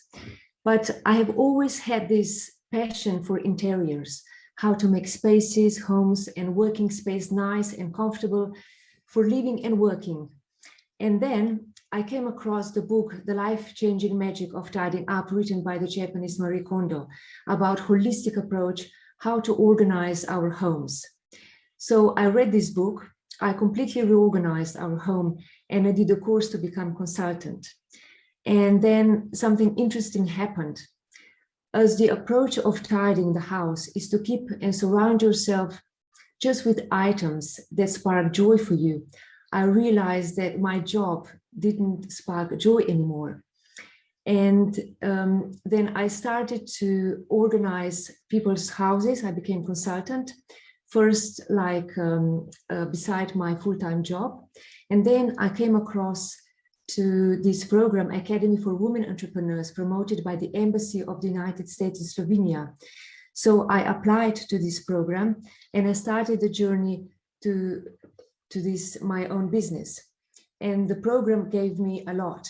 It gave me practical knowledge to start my business full-time, important support in situations I needed extra help and also advice, but also lots of encouragement to follow my dreams. So I have also built these valuable networks and friendships with other women, which are important now to my lifestyle. And with some of the other women entrepreneurs, we started business cooperation together, and we have common projects. For example, we have workshops together. And apart from being a professional organizer and organize other people's homes, I also organize workshops and explain how organization of our homes and environment is good for our well-being, for more clarity, efficiency, and productivity. Especially, I organize workshops for corporates and also for some development agencies, as decluttering has a very positive impact of our lifestyle. So living more sustainable and being more responsible consumer is one of the side effects of completely tidying once for all our houses. So tidying and decluttering is about so much more than clearing our excess. So the overall impact is much deeper and can affect the way we think, the way we feel and behave. It helps to gain clarity, confidence in decision and choices, feeling more ease and joy. So it's a transformational process, and when you tidy your home once for all, it can change your life. So this is my big why I do this. So I see how people become more alive and aligned with their values once they tidy their home. And this is so rewarding for me. And also it's something that everyone can do. And it's such a small step, but it leads to bigger impact, especially these days as time is precious commodity. So achieving an organized home and life in a way that affects and long-lasting creates calm in chaotic world and more time in long run for enjoying life. So Tina, can you try to make your screen full screen? We can only see the first slide right now. Sorry to interrupt. Oh, so you can't see full screen? Not yet. It's okay if you can't figure it out. I just wanted to give you the opportunity to try. Oh. Okay, so when I move slide, do you see the last slide now? Life truly begins. Not yet. If you maybe click on number 3, then it might work. If not, no worries. We can just keep chatting.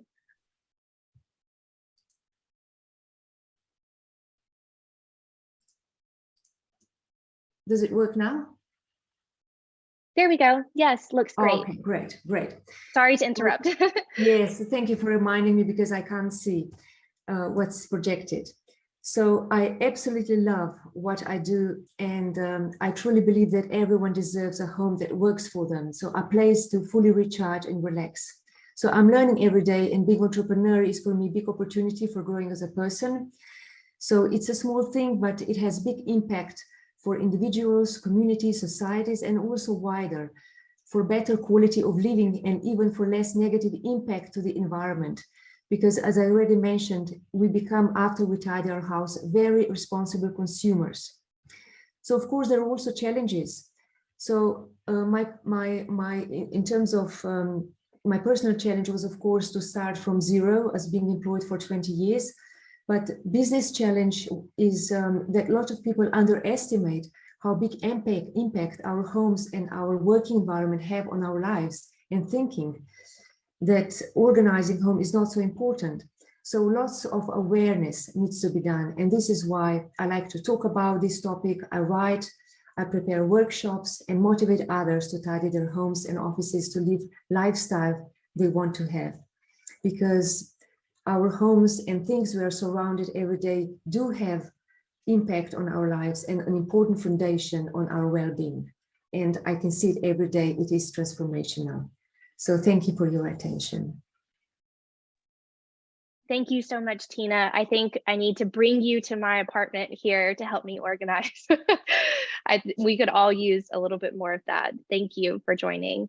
Thank you. Next we have, of course, next we have Clara Harada from the Czech Republic, founder of Seed Saving with Semenkovna, which provides effective seed growing education for those who enjoy the natural way of gardening and want to save their own seeds. Clara? Thank you. Great.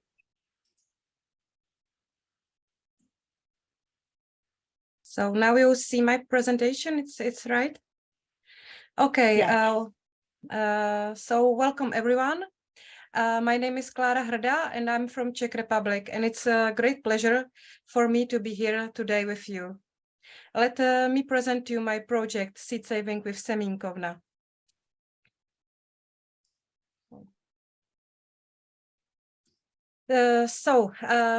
It all started 7 years ago when we were living in France with our 2 kids.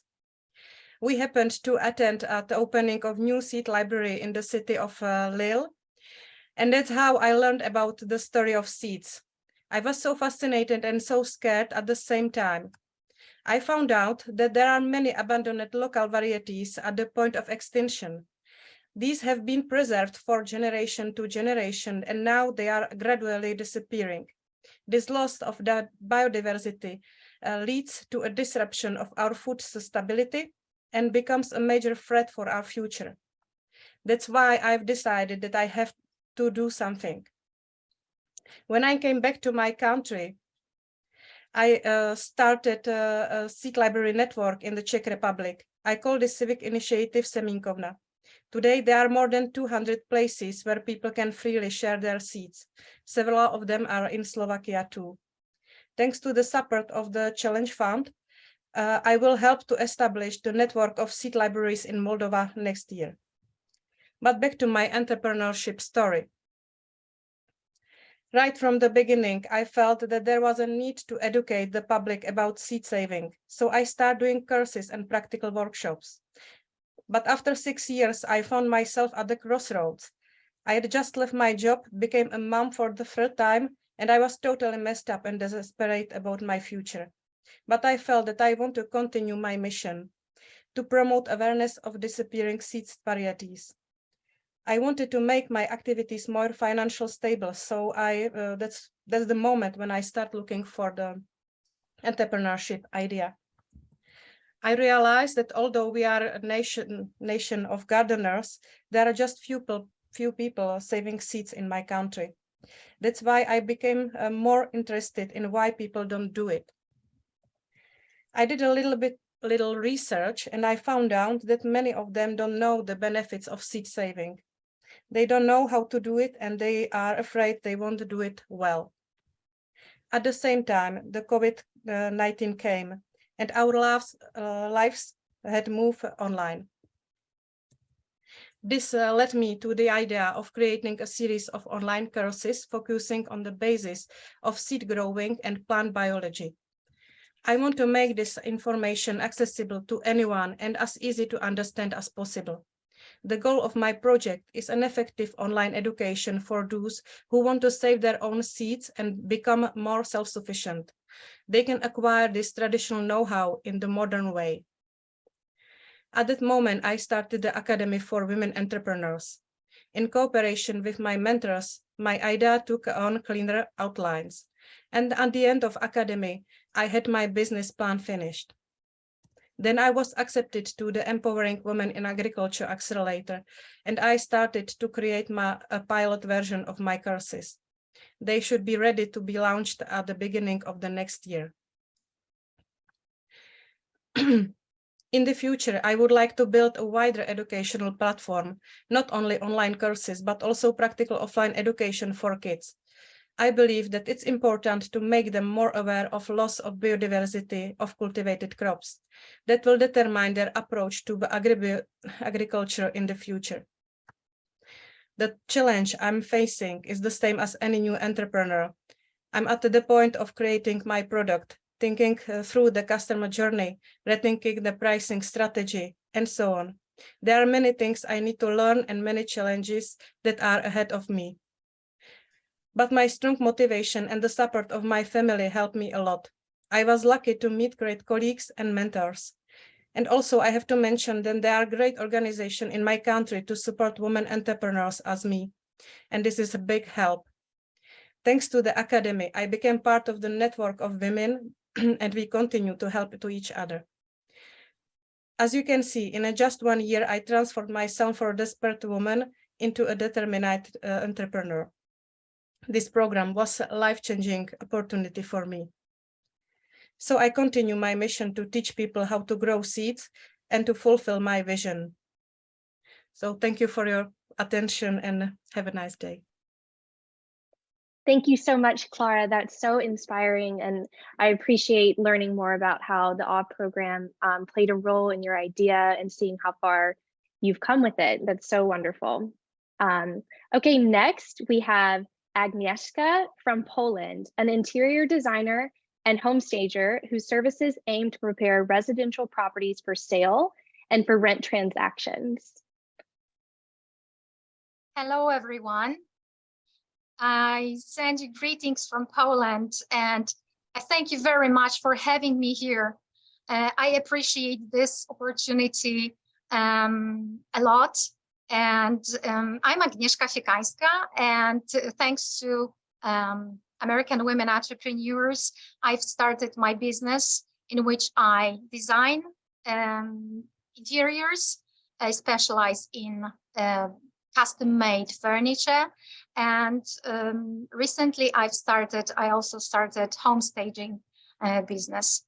Oh my God, let me share my screen.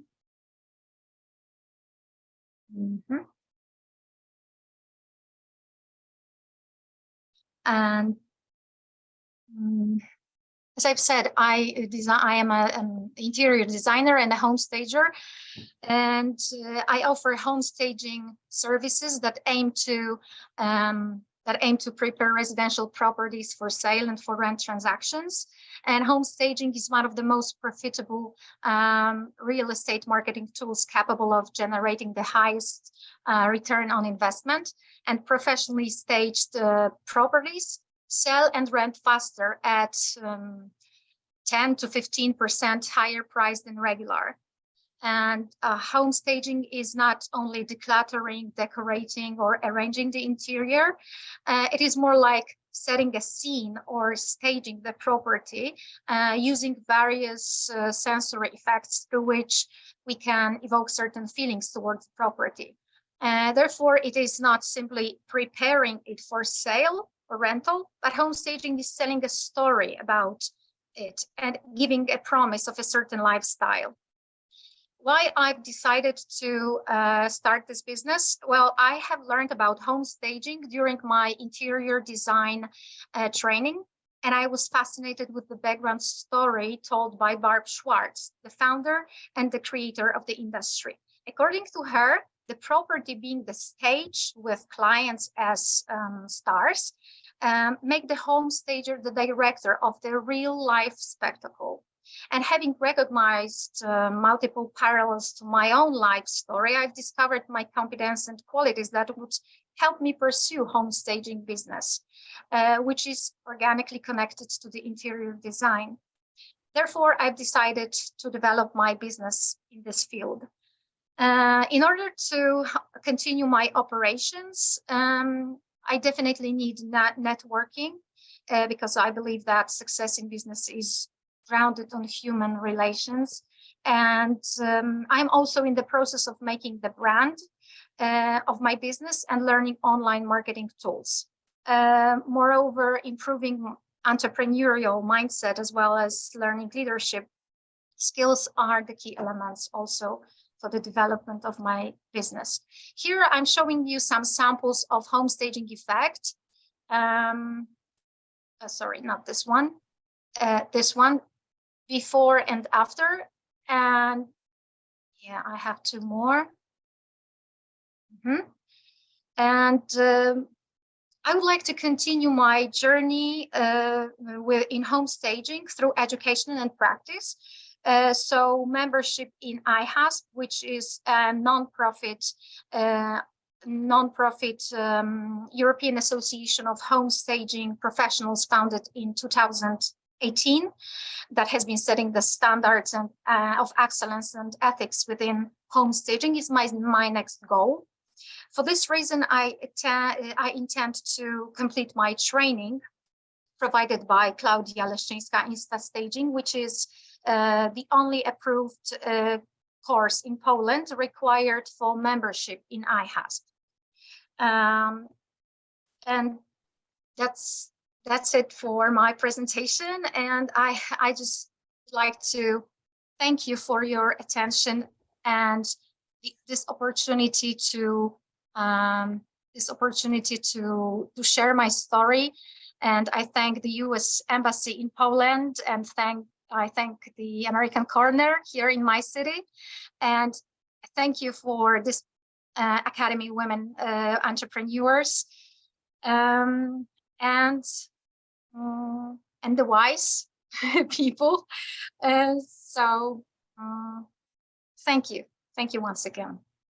Wonderful. Thank you so much, Agnieszka. It's so great to see you there in the American Corners. I can see the background. It looks great. And we really enjoyed looking at all of the before and after pictures. So please definitely use the chat and pop your the links to your website or your social medias, and maybe people can stay in touch in that way. Okay, great. Finally, last but not least, for the AW panel today, we have Dragana Jovanovska from Macedonia. She is the owner of Honeytail, which is a beekeeping and production company. Hello, everyone. My name is Dragana Jovanovska. I'm a beekeeper from Macedonia. This behind me that you see is my office. Before this, I worked in Macedonian Telecom for 10 years and I quit because it was too stressful for me.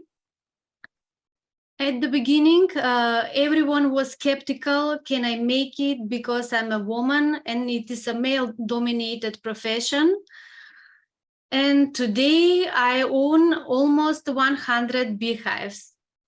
At first, it was a hobby, but during the COVID pandemic, I felt a great benefit to my health from using honey, propolis, and royal jelly.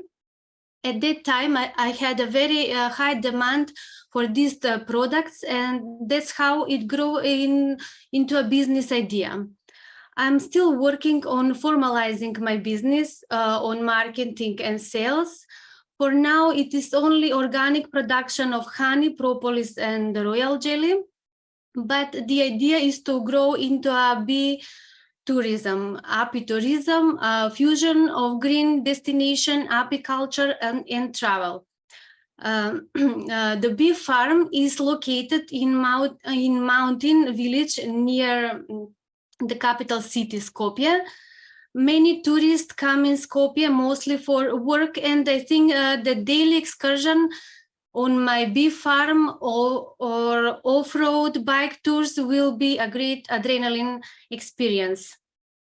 I will offer beekeeping tours where we will uncover the secrets of a life of a bee and the medical power of their products. Visitors will feel the serene energy of a beehive and indulge in beneficial apitherapy and honey pampering. In my ecological garden, we will have a honey picnic where we will be tasting wine from honey and local food straight from local farms. The idea is to support local farmers. We know that bees are dying out, and we know that without bees, the world would not exist. Therefore, I will cooperate with schools and educate children about the importance of the bee in the ecosystem, and together we'll plant trees for pollinators. My goal is to indirectly influence people to change their habits, lead a healthy life, and love nature.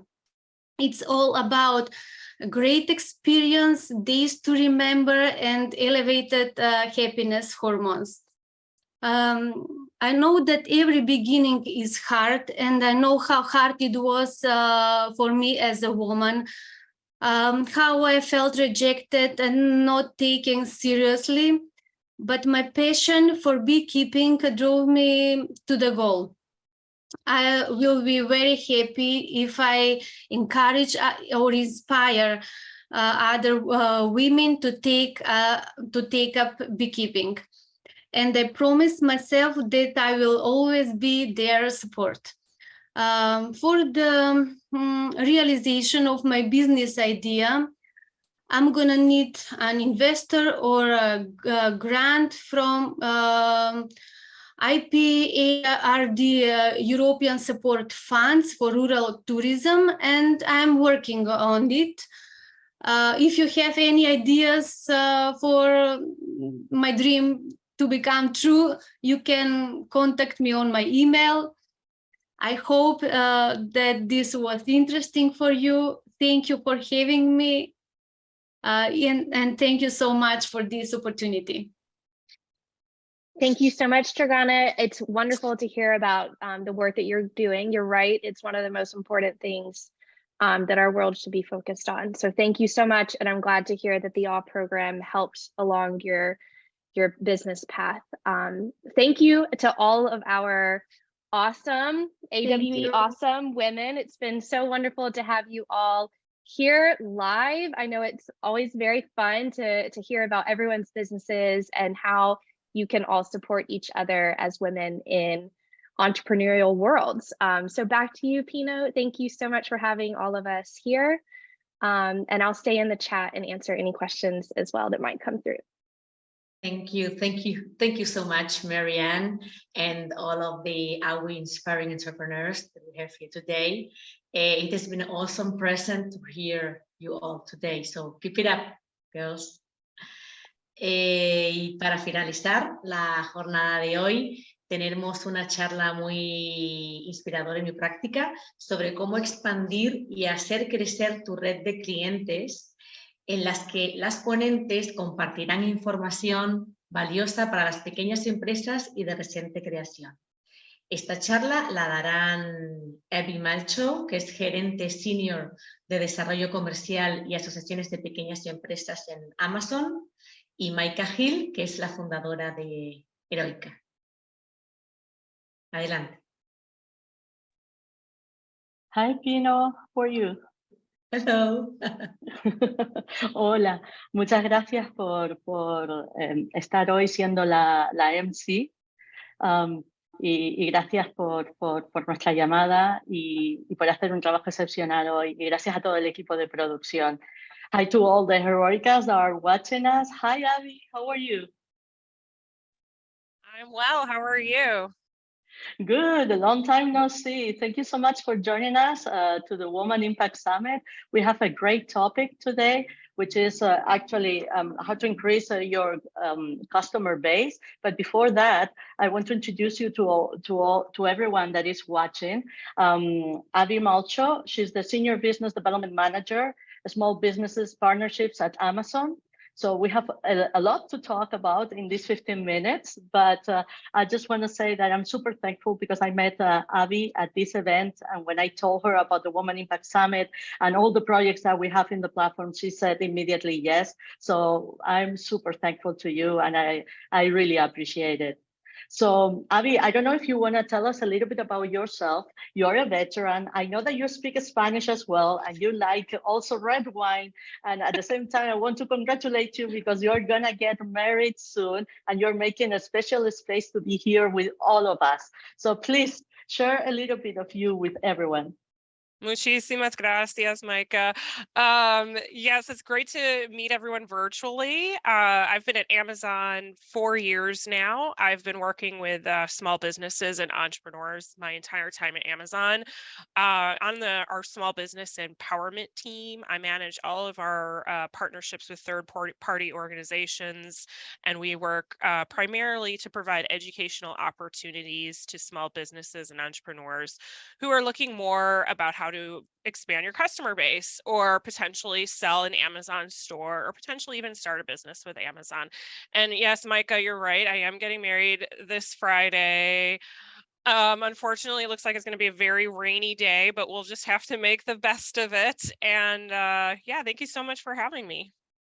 No, we really, really appreciate it. And what I wanted to talk about is like the increase of e-commerce in the past 2 years has made small businesses look more into Amazon and your resources. So I would like to ask you, first of all, when do you think that a business is ready to get their products into Amazon? That's a great question. So not everyone is ready to sell an Amazon store. It all depends on if you have product ready to ship, you have your supply chain established. For example, you've already identified a manufacturer, you know how to get your products from the manufacturer to the fulfillment center or the distribution center, and then from the fulfillment center and the distribution center to the customer. So it's really making sure that you have that established supply chain in place. And it's also important to make sure that you have your target customer identified. Once you start selling online, you already know that is going to increase your visibility and potentially increase your revenue, which will increase your volume. So it's important to know, it's important to be prepared for that increased demand, which is super, super critical from a supply chain perspective. So how they can use Amazon to increase their customer base? And not only that, what is the best way to do it? Yeah, if you're a product-based business, there's multiple ways. We have the global selling program. Since this is a global audience, I always want to make sure that I promote, raise awareness of the global selling program. So that program will help you become a seller in any country that we have a marketplace. You know, we have a marketplace in Brazil, for example, marketplaces across Europe and Canada and North America and some even in Asia. So global selling is a program to definitely look into if you are interested in selling outside of the US, right? There's also opportunities for you to leverage several programs that we have at Amazon. So if you're looking specifically to learn more about fulfillment, for example, we have educational courses that you can take, such as Seller University. Seller University also has a YouTube playlist that anyone can access where you can watch videos on demand that are topic based, such as how do I, advertise my product on Amazon and things like that. And then in certain countries, we also have small business academies as well as small business accelerators. For example, we have a small business accelerator in Brazil. We have one in Canada. We have one in India, and then we have one in France, in the UK. So it's important to see if within your country that you live in, if there are resources like the small business accelerators that you could potentially benefit from. And those are available to any small business. You don't necessarily have to be selling in our store. Anyone can access those. And they typically provide educational opportunities, not just about selling an Amazon store, but educational opportunities that will help you manage your entire business, such as, you know, filing for a trademark, for example, or developing business plans, you know, general educational resources that can help you increase and grow your business. Everyone in the audience have been asking for all these resources that we will post in the near future on our website. So I will ask you maybe via email for some links that we can share with the audience. The other thing that I wanted to ask you is that the last time that we were talking, you mentioned the global scaling team, or it was the sailing team? The global selling team. I can share a link to that real quick if that would be helpful. Oh, that would be great. Yeah, let me get you a link real quick.